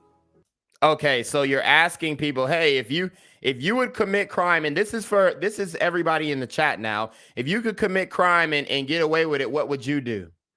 Okay. And all these motherfuckers out here who are lack morality, they're gonna say, oh yeah, I'll go and I'll kill 30 people and I'll do this and I'll do that and I'll have a ball and I'll fucking rob this store and rob that store. And then all the people who actually have a moral compass are sitting here like, I would just go to work like I do every single day. So listen to how he's kind of justifying, oh, well, if you could commit crimes and get away with it, all you do. They could have changed all the laws. They could have decriminalized criminalizing anybody. And the same people who were going to commit the crimes would continue to commit the crimes. And the same people who are doing the right thing would continue to do the right thing. This is what they don't understand. This is what they can't comprehend, okay? The super gremlins are going to continue to rob, steal, jug, and do all the bullshit. And then everybody else is going to, we're going to go to work and hope. We're going to pray the problem away. We're going to pray the problem away, right? Would you stop doing it? I mean, come on. I mean, really. We're looking at a symptom of a real problem, and the real problem is addiction. And that's not being addressed. I hate to do it because the brother, like they said earlier, it seems like he has good intentions, but my brother, you traded one addiction for another. You traded your addiction for maybe crime, drugs, whatever, for the addiction of food, gluttony. And I'm not here to judge or anything like that. But my man looks like a king-size comforter right now. And he's talking about, well, the real problem is addiction. No, the fuck it's not. It's not. Okay? Because motherfuckers who are addicted, they might be strung out and they on the flow 24 hours a day. Knock the fuck out off they first hit of H. Okay? They do a slab of ice and they done all day. They're done. They sleeping all day. So you're talking about addiction when you traded one addiction for the other. And then you're saying that is the issue. That's the problem. They're addicted. They're addicted to what, my brother? Please enlighten us. We're ignoring that. We're worried about whether someone has a house to stay in. We're worried about their mental health. But the mental health stuff is driven by addiction too. But we're not addressing addiction. We're not creating services that will allow people a chance to go and address their drug addiction. It was Craig that helped Siddiq Akbar to get out of crime and addiction. Today, they run the Reentry Center together to help others stay away from committing crime and stay sober. Are these thefts and crime that are happening, are they out of poverty or are they out of drug addiction and other reasons? It's a combination of all of it. Some of it is out of kind of like how I grew up. It's been taught in your home from day one. Uh-oh. Now the brother is getting to what we call the quote-unquote root problems. Now the brother is getting to the root issues. It comes from the home. That's why I will continue to say till the end of time, sisters, come get your kids. Parents have done it. Brothers and sisters have done it. So what else you gonna do? Just the same as the drugs being sold. And when you were younger and people watch that, it's just a natural progression of it. And how did you get out of it? What I realized for me in my life, I always did what I wanted to do. And when I saw that, it was like, oh, so you got to be accountable. If I go across the street, I need to let somebody know. Listen to that. He said, I always did what I wanted to do. And then he realized, oh, shit, I got to be accountable. So his parents did not teach him accountability. And if I was a betting man, I would say that he doesn't know his father, or doesn't have a relationship with his father, and he was raised by only his mother. And I'm not blaming single mothers, okay? I'm blaming the father, and I'm blaming her for fucking that nigga, okay? And ultimately raising this bastard child, respectfully, into becoming a super gremlin on demon time. And then when he learned accountability, he strayed from those ways. Fortunately, thankfully, I'm glad that this brother is reformed. But unless we take the reins of the community when it starts with the youth, and for one, teach these women that you don't only have to use a condom to steal illegal merchandise, you can also use a condom to stop reproducing these bastard chillin'.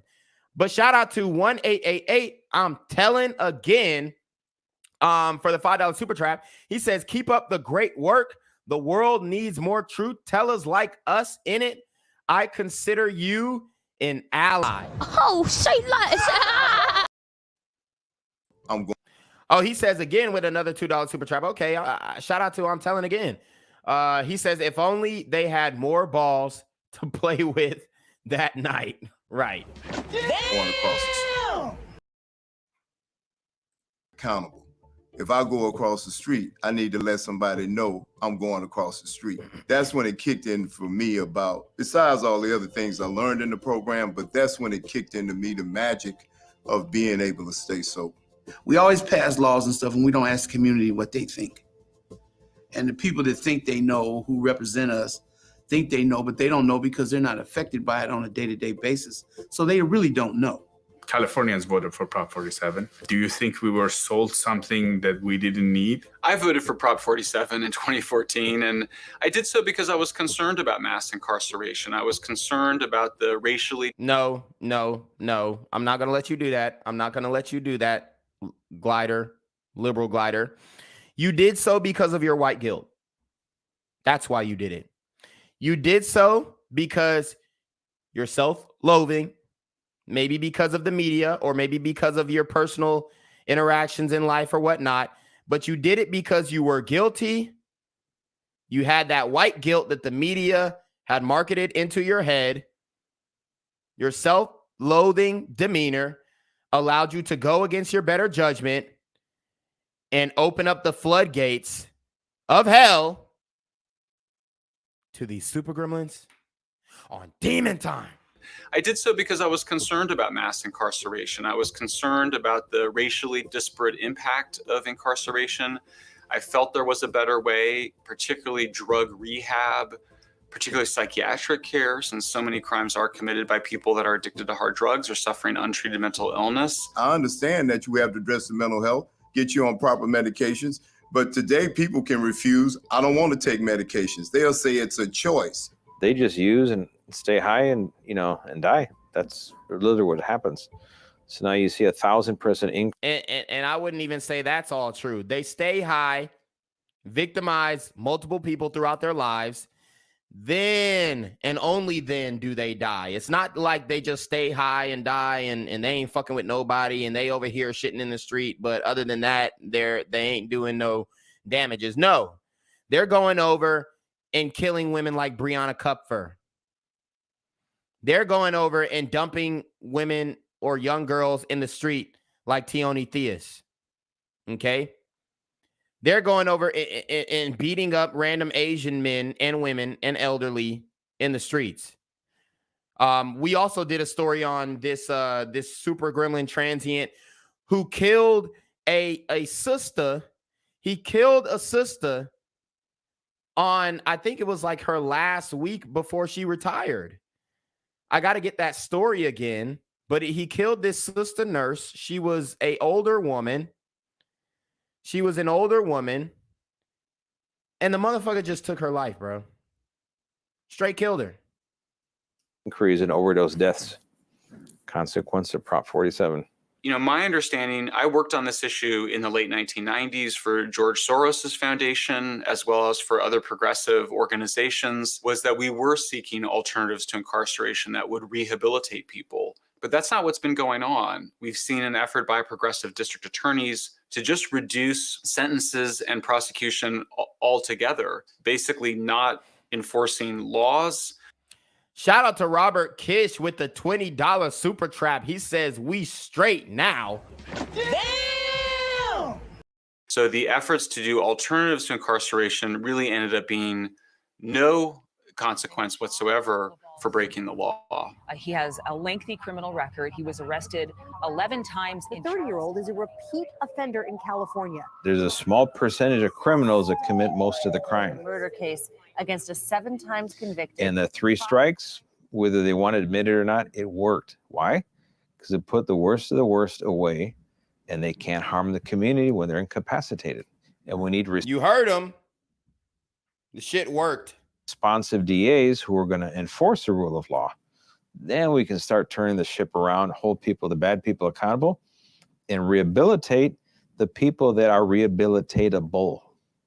And stop thinking that everyone can be rehabilitated. And yeah, we can play, think of unicorns and ukulele music and sing Kumbaya. It's just not reality. Authorities are finding out more about the mass shooting in Sacramento, California this past weekend. One of the suspects was released from jail just weeks before the shooting, despite a 10-year sentence. So in the last couple of years, there's been thousands of prisoners that have been released early, right? No, it would be tens of thousands, likely close to 20,000 folks. Damn! Were released. That number is always growing, of course. If you look at educational outcomes, they haven't gotten better.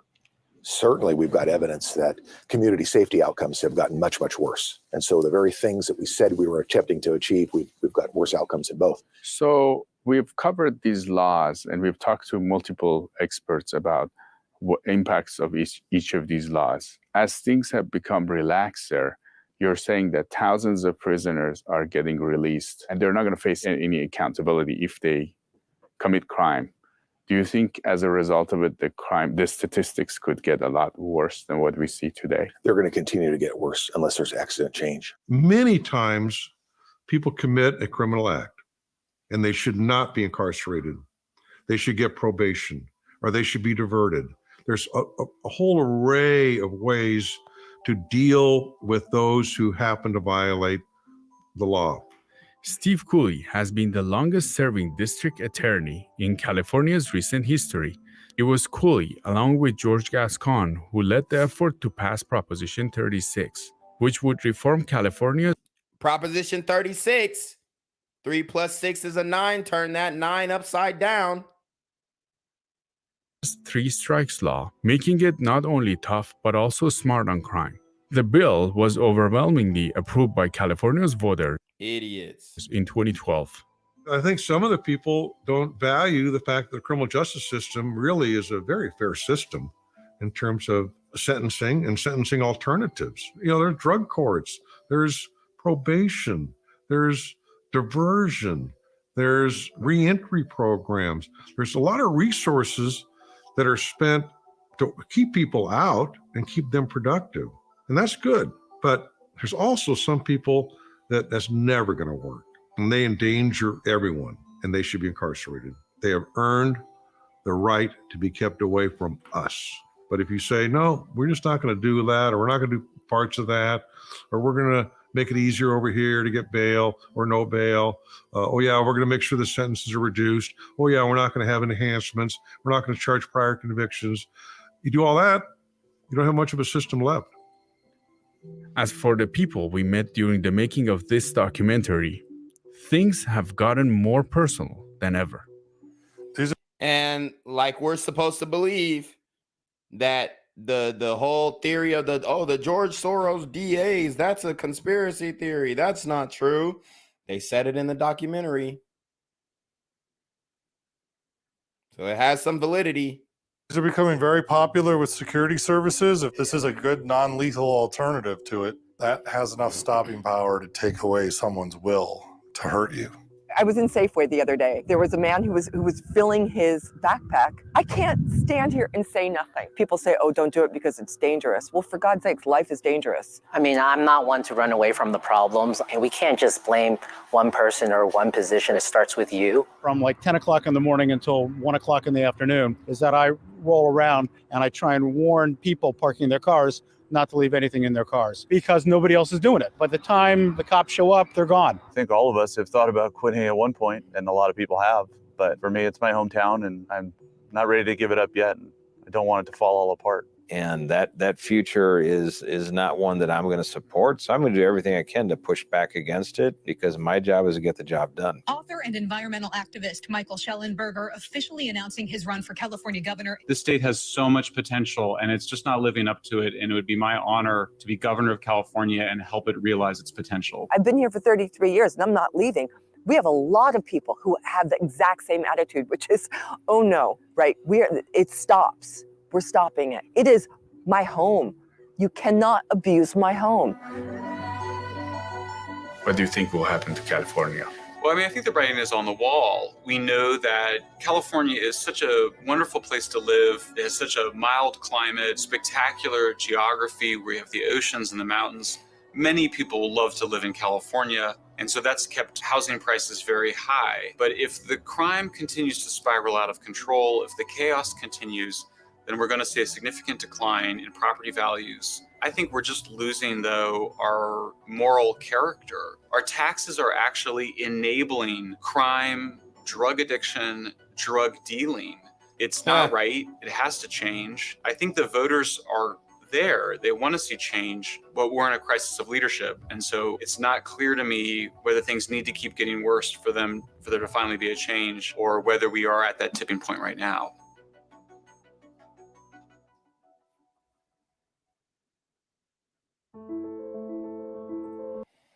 And that was the end of the documentary. Guys, if you want to call up and continue the discussion, maybe pitch some solutions, which we pretty much already know, then go ahead. In the meantime, I am going to show you just how raw these streets of LA are.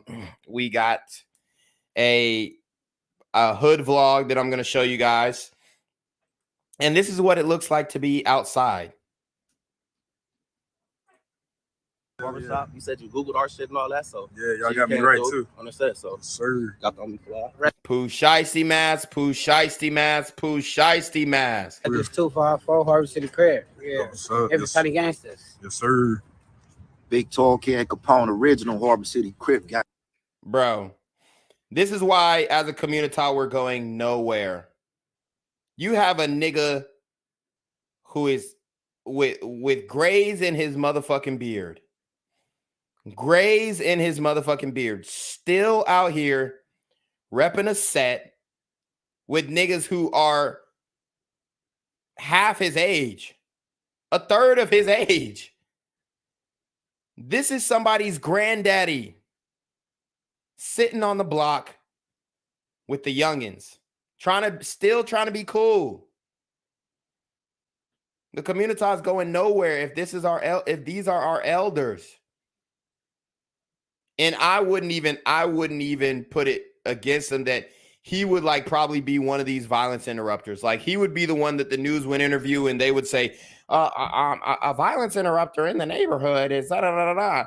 What do you have to say? Well, the violence is going out of control, and these dudes, these hoods, these little cliques, they just can't get along. You know what I'm saying? Like, so we just gonna have to, do something, build our community, get some programs in here, get these kids learning something, and get these kids back active in the community. Because if they don't, then I'm afraid that they're gonna end up dead in the street, just like this last brother right here. So we gonna interrupt the violence, and these are the types of niggas. They still banging. They still in the streets. They still hanging with Pookie and Ray Ray. And then on the back end, they going to give news interviews talking about they a violence interrupter. No, you're a violence enabler. There you go. Yes, sir. Right. Oh, yes. FSI, Westside Harbor City Crib, every time the gangsters. Yes, sir. We'll come back. All right. Who we here with? Yes, sir. Yes, sir. Okay.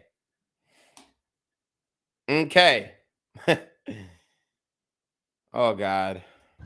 All right. Yeah, Lil Foe, aka City Boy Foe. Lil Foe, sir. But You already know Tony Shiesty, Westside Harbor. Sir. Boss Ray Savage, aka Savage the Loke, you feel me? Yes, sir. And the boy rap too, so y'all gonna, Yeah, man, maybe he tap gonna in. spit something for us, but Tap definitely in. tap in.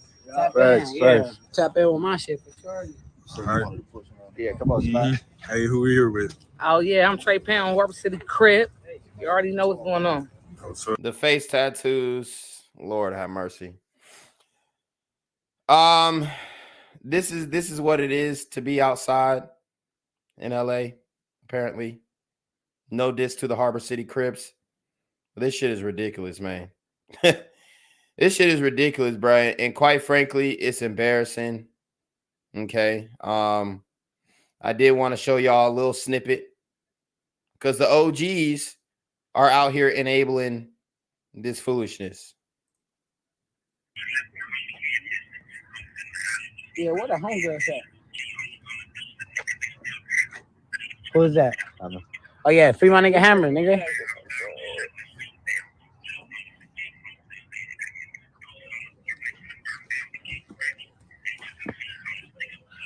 Hey, y'all niggas hit that nigga with another freestyle.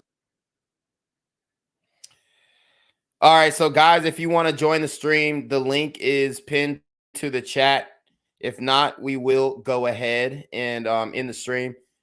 But I kind of wanted to give you a quick glance. That's a long ass hood vlog, so we're not gonna watch the whole thing.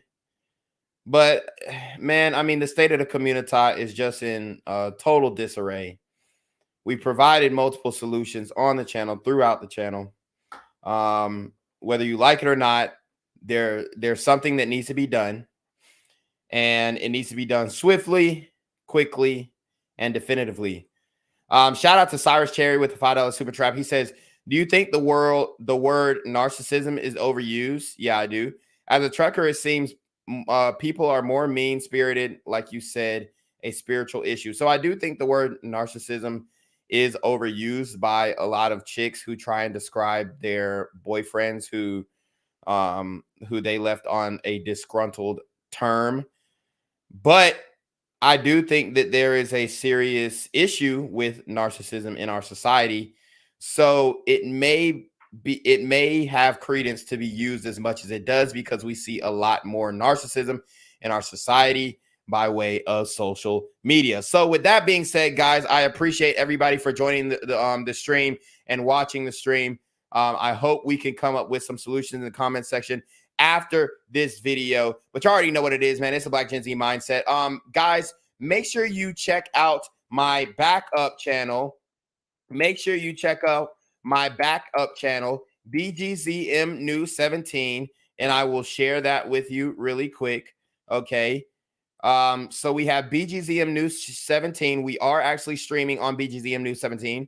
But this, if you guys are annoyed by my commentary during the videos, we have straight to the point videos and episodes of crime stories in the community that are absolutely underreported, and it does not involve my commentary, guys. So, like I said, I appreciate everybody for joining the stream. We also have the merch available. Okay, the merch store link is in the description box below. It's the last link in the description box. So this is what the merch looks like. BGZM News 17 t-shirts.